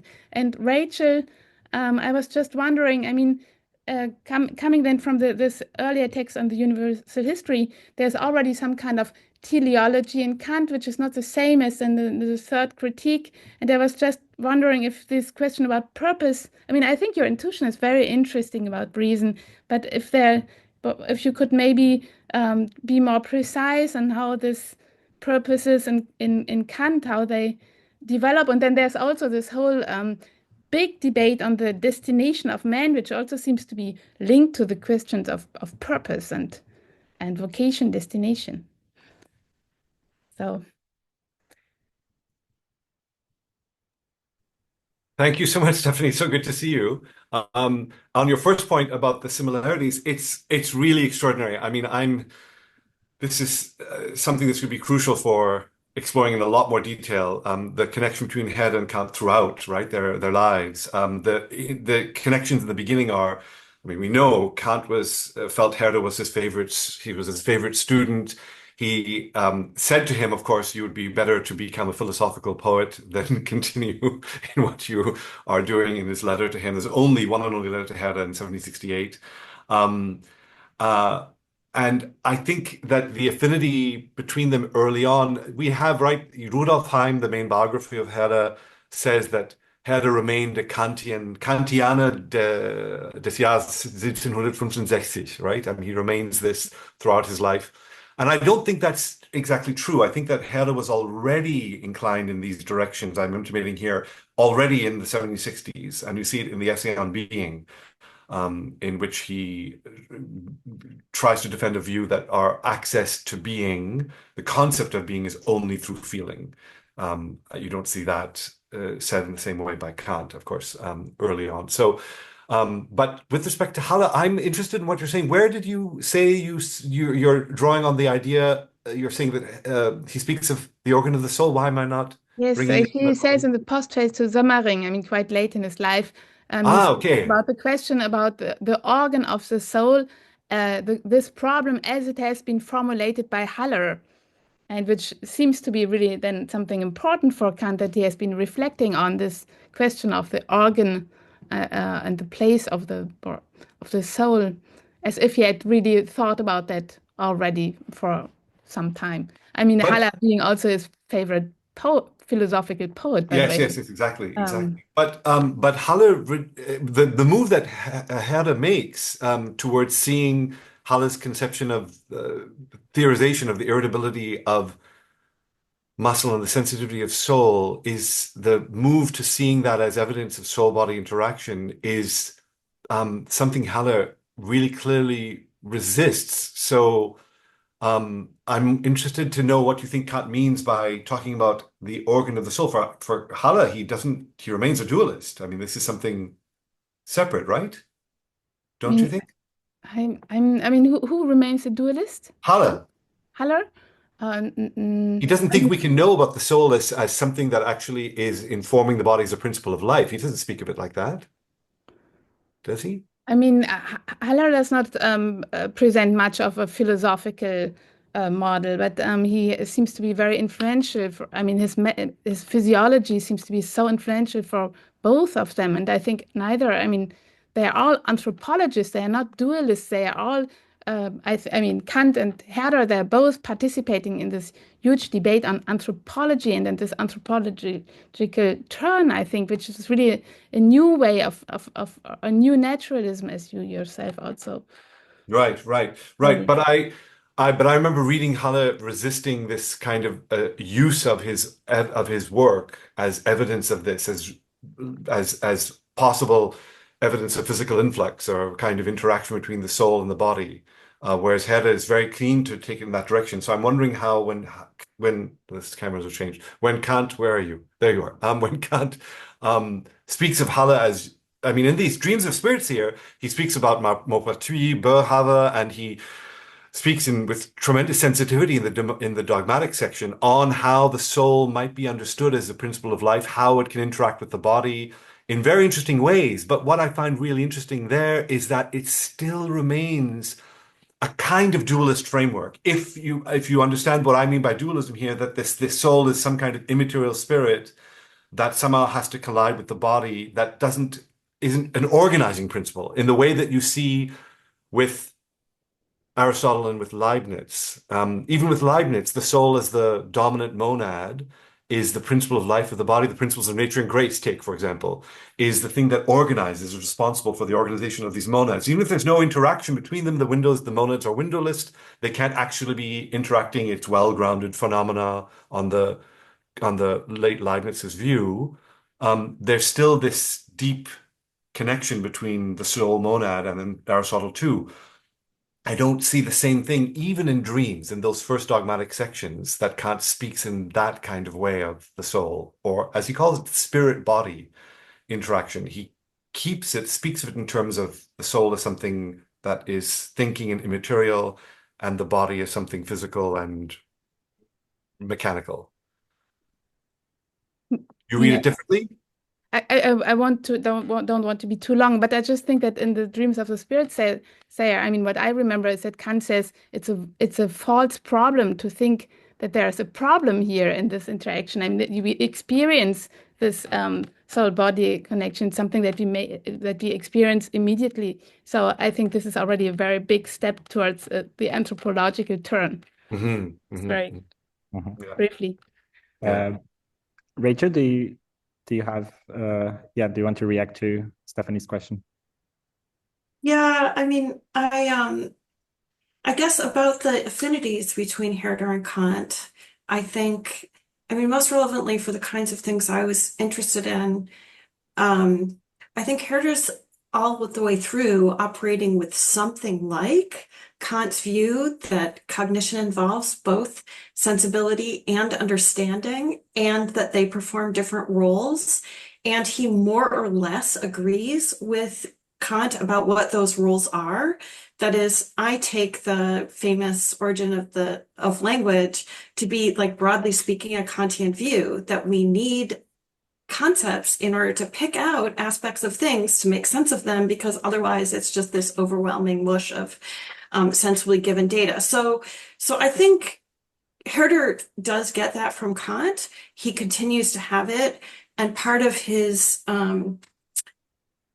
negativity about Kant's view of reason is that Kant is drawing too strong a line between reason and understanding. Herder says reason just is kind of more understanding, at a maybe more explicit level of making these steps of thinking, but still the main point of it is still the same point as understanding, which is determining, as he calls it, as Kant also talks about understanding, determining the sensible manifold. So in that sense, I think there is a commonality, and his criticism of Kant would be something that this is like Jack, like, how dare you, Kant, betray your own best insights or something in coming to think of reason this way that you now do.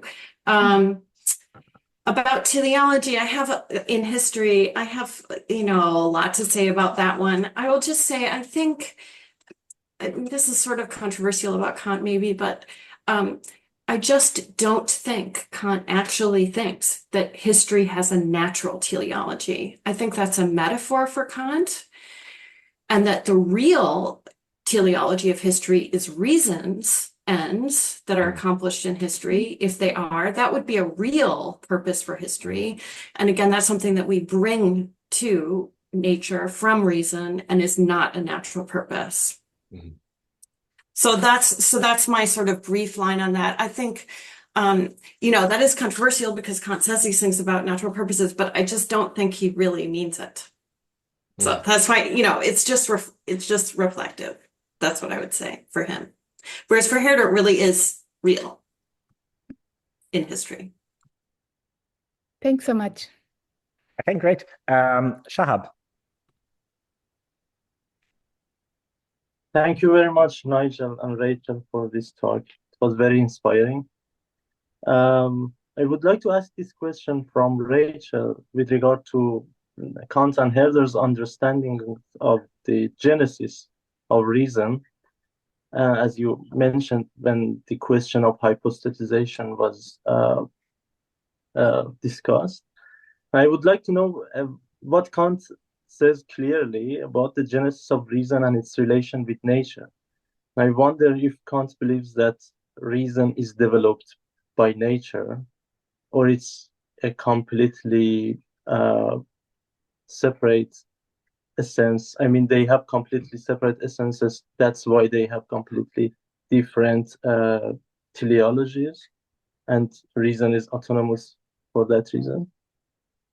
And I wonder if this their views with regard to the genesis of reason is the reason why they think differently about the question of teleology as well. Thank you.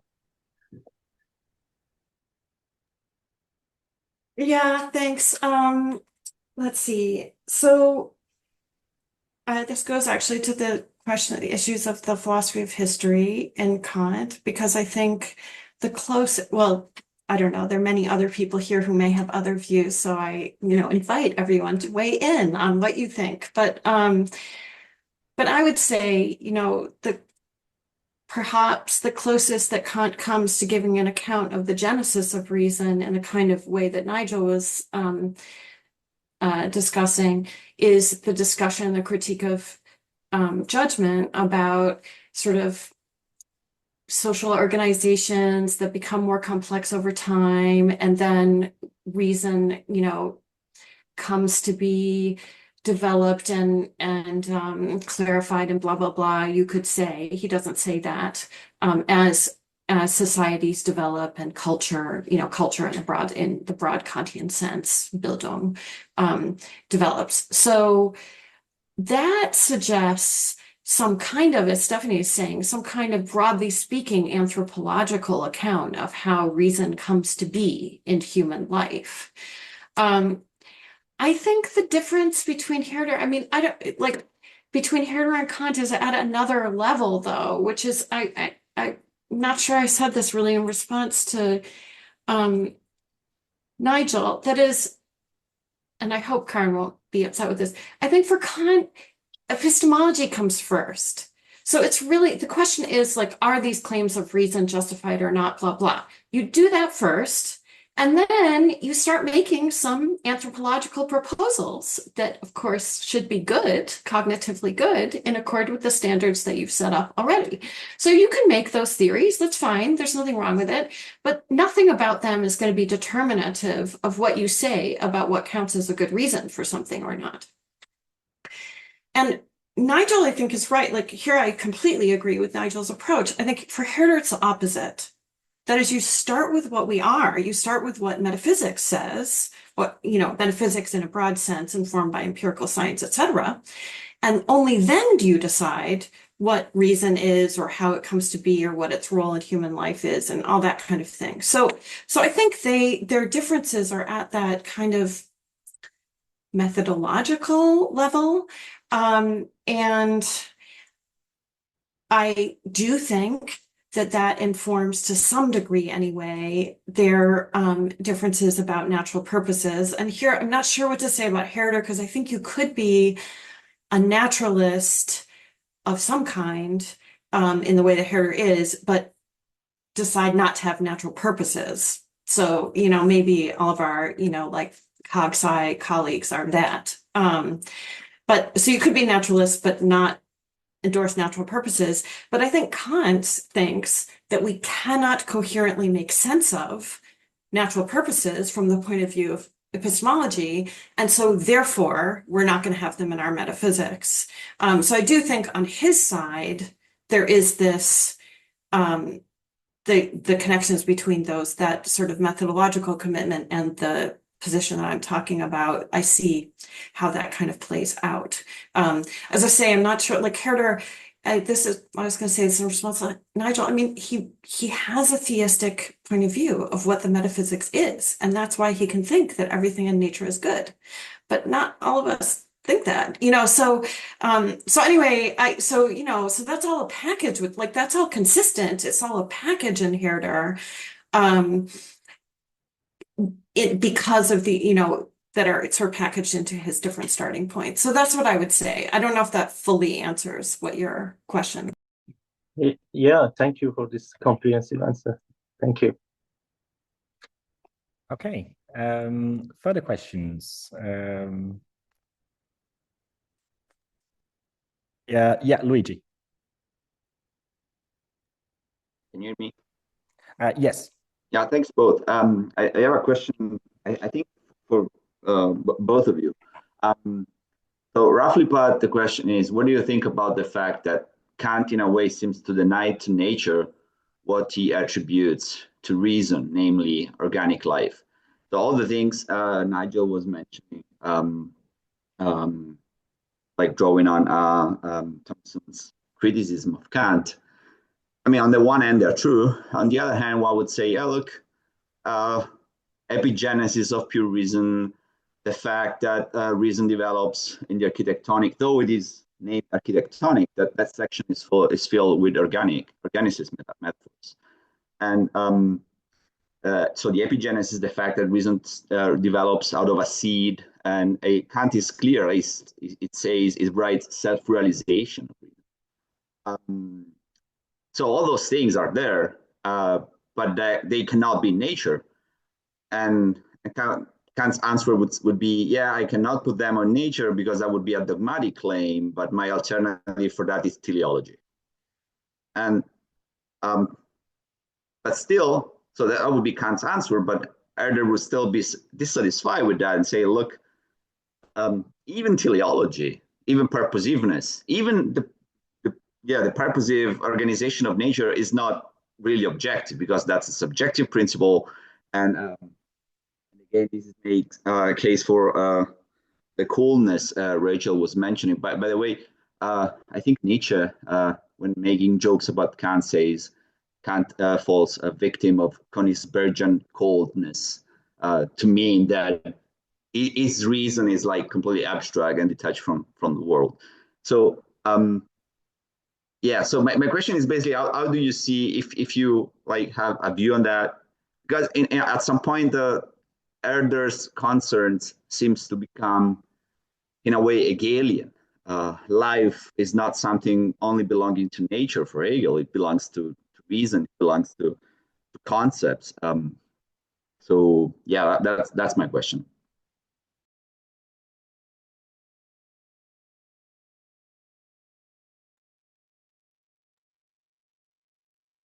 I really like this question. I mean, I have the same question. I mean, when I read Kant and I read the Critique of Pure Reason, I'm convinced of the validities of his analysis of our capacity of understanding and reason, and even the dialectic. But I've always wondered, and still wonder, why there's no clear connection between this and the capacity, us as living creatures, that it's separated. It's a theme now in these questions, is the separation between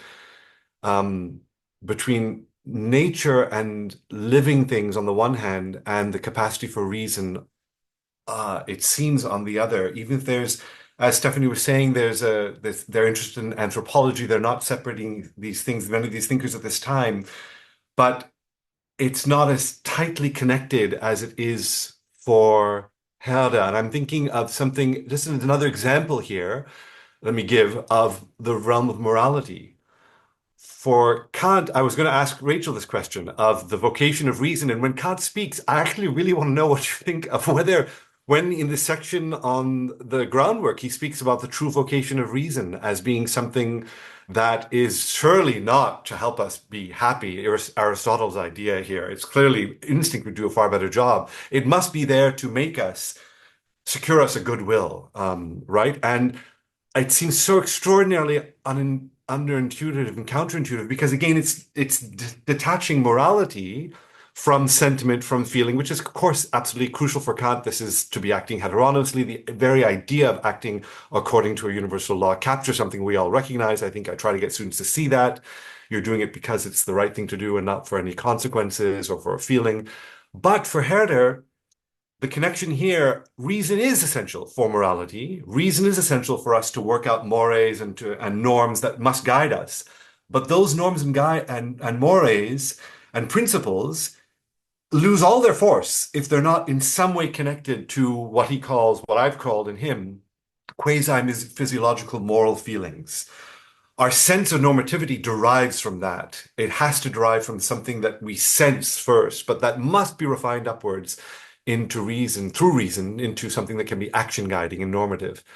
And for Kant, this is an example of what Luigi's asking, I feel, is this there, if that understanding of the normativity here that reason gives us must be linked, however, to something living, our feelings that we have.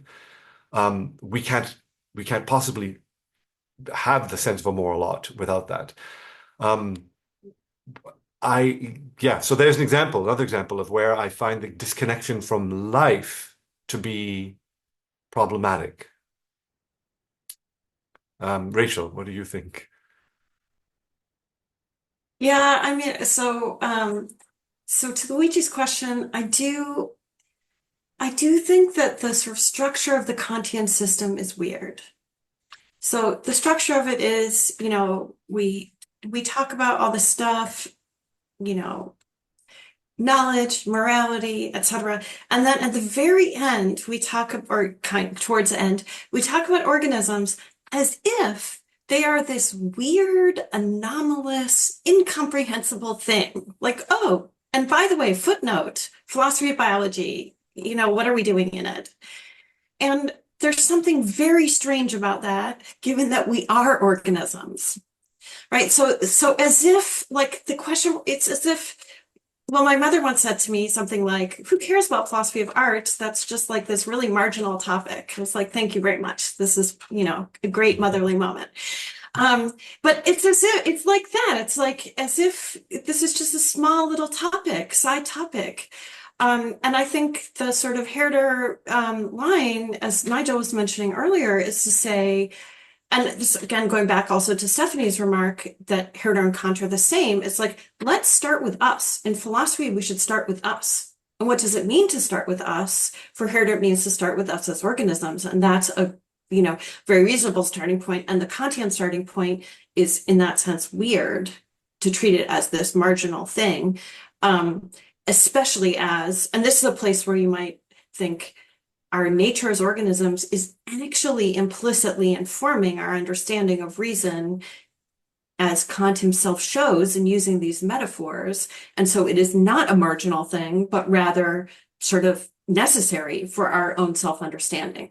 You could run a line like that, I think. But I want to say also in response to Nigel about the groundwork thing, I think that is so wonderful. It's perfect for my point here, because the structure of the Kantian thinking is exactly the same there. It's that reason is terrible for our natural end. It has these terrible tendencies. And so we have to allocate some different use to it. So, oh, great, there's morality, which is totally different than that natural end. So I think the structure is exactly the same, actually, as in the theoretical case. So awesome. Thank you so much. But I guess my intuitions are also, again, a bit with Kant. Like, reason actually is bad at making us happy. But, whatever. Anyway, that's another topic for another time. Okay, I think we still have time for more questions. Please use the raise hand function or just raise your physical hand or post on the chat. If I don't see any question, I think that Karin might have a question. Well, I thought it was a bit too late, but since you were asking me, yeah, no, go ahead. So if you can go a bit over time. Yes, I thought all of this was very interesting. And I have a question about the notion of analogical reasoning that Nigel used in relation to Herder.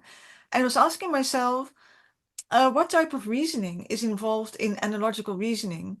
And since Herder relies on images and appeals to feeling and so on, and I was wondering whether Herder took himself to be engaging in a type of rationality that can proceed by means of analogies, but still meet some criteria of rationality, as classically understood, or whether one has to say that he was making an excessive use of analogical reasoning. Yes, as a kind of parallel to Herder's criticism of Kant as someone who was making use of pure reason in a kind of excessive manner.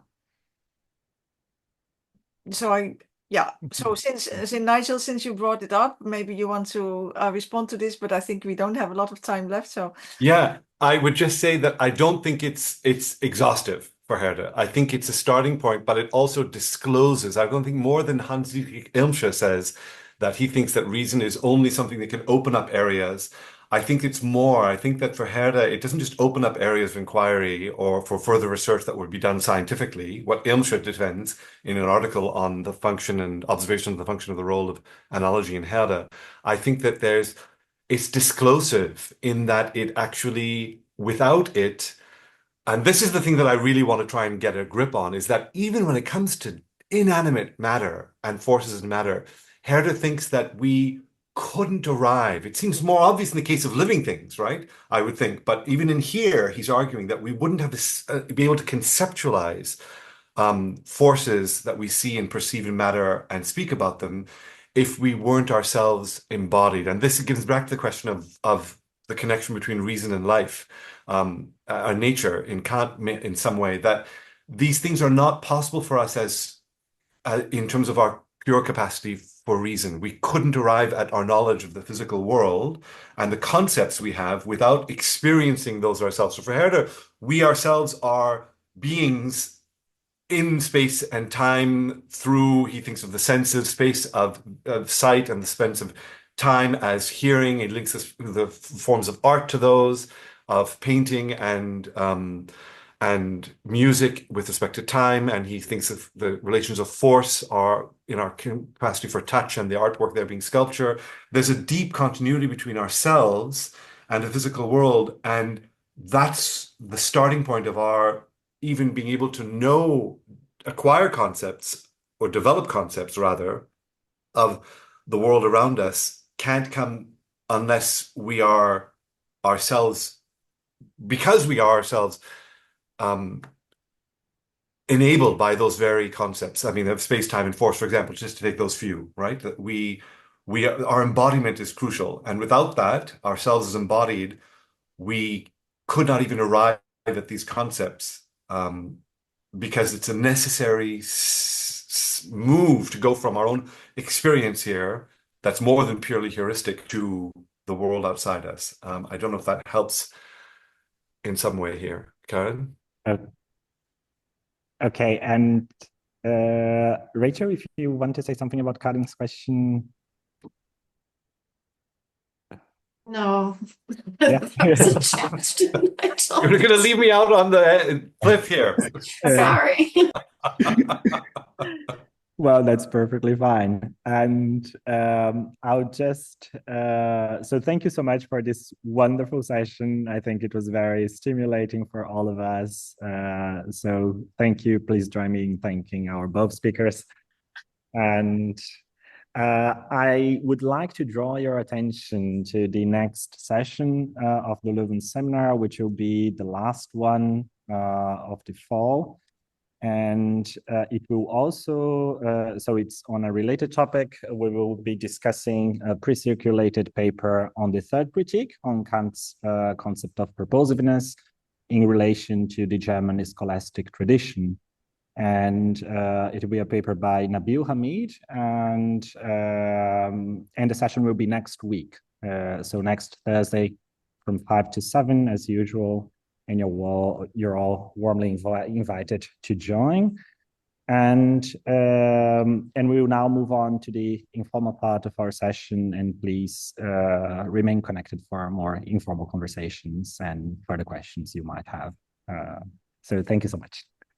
Thank you very much.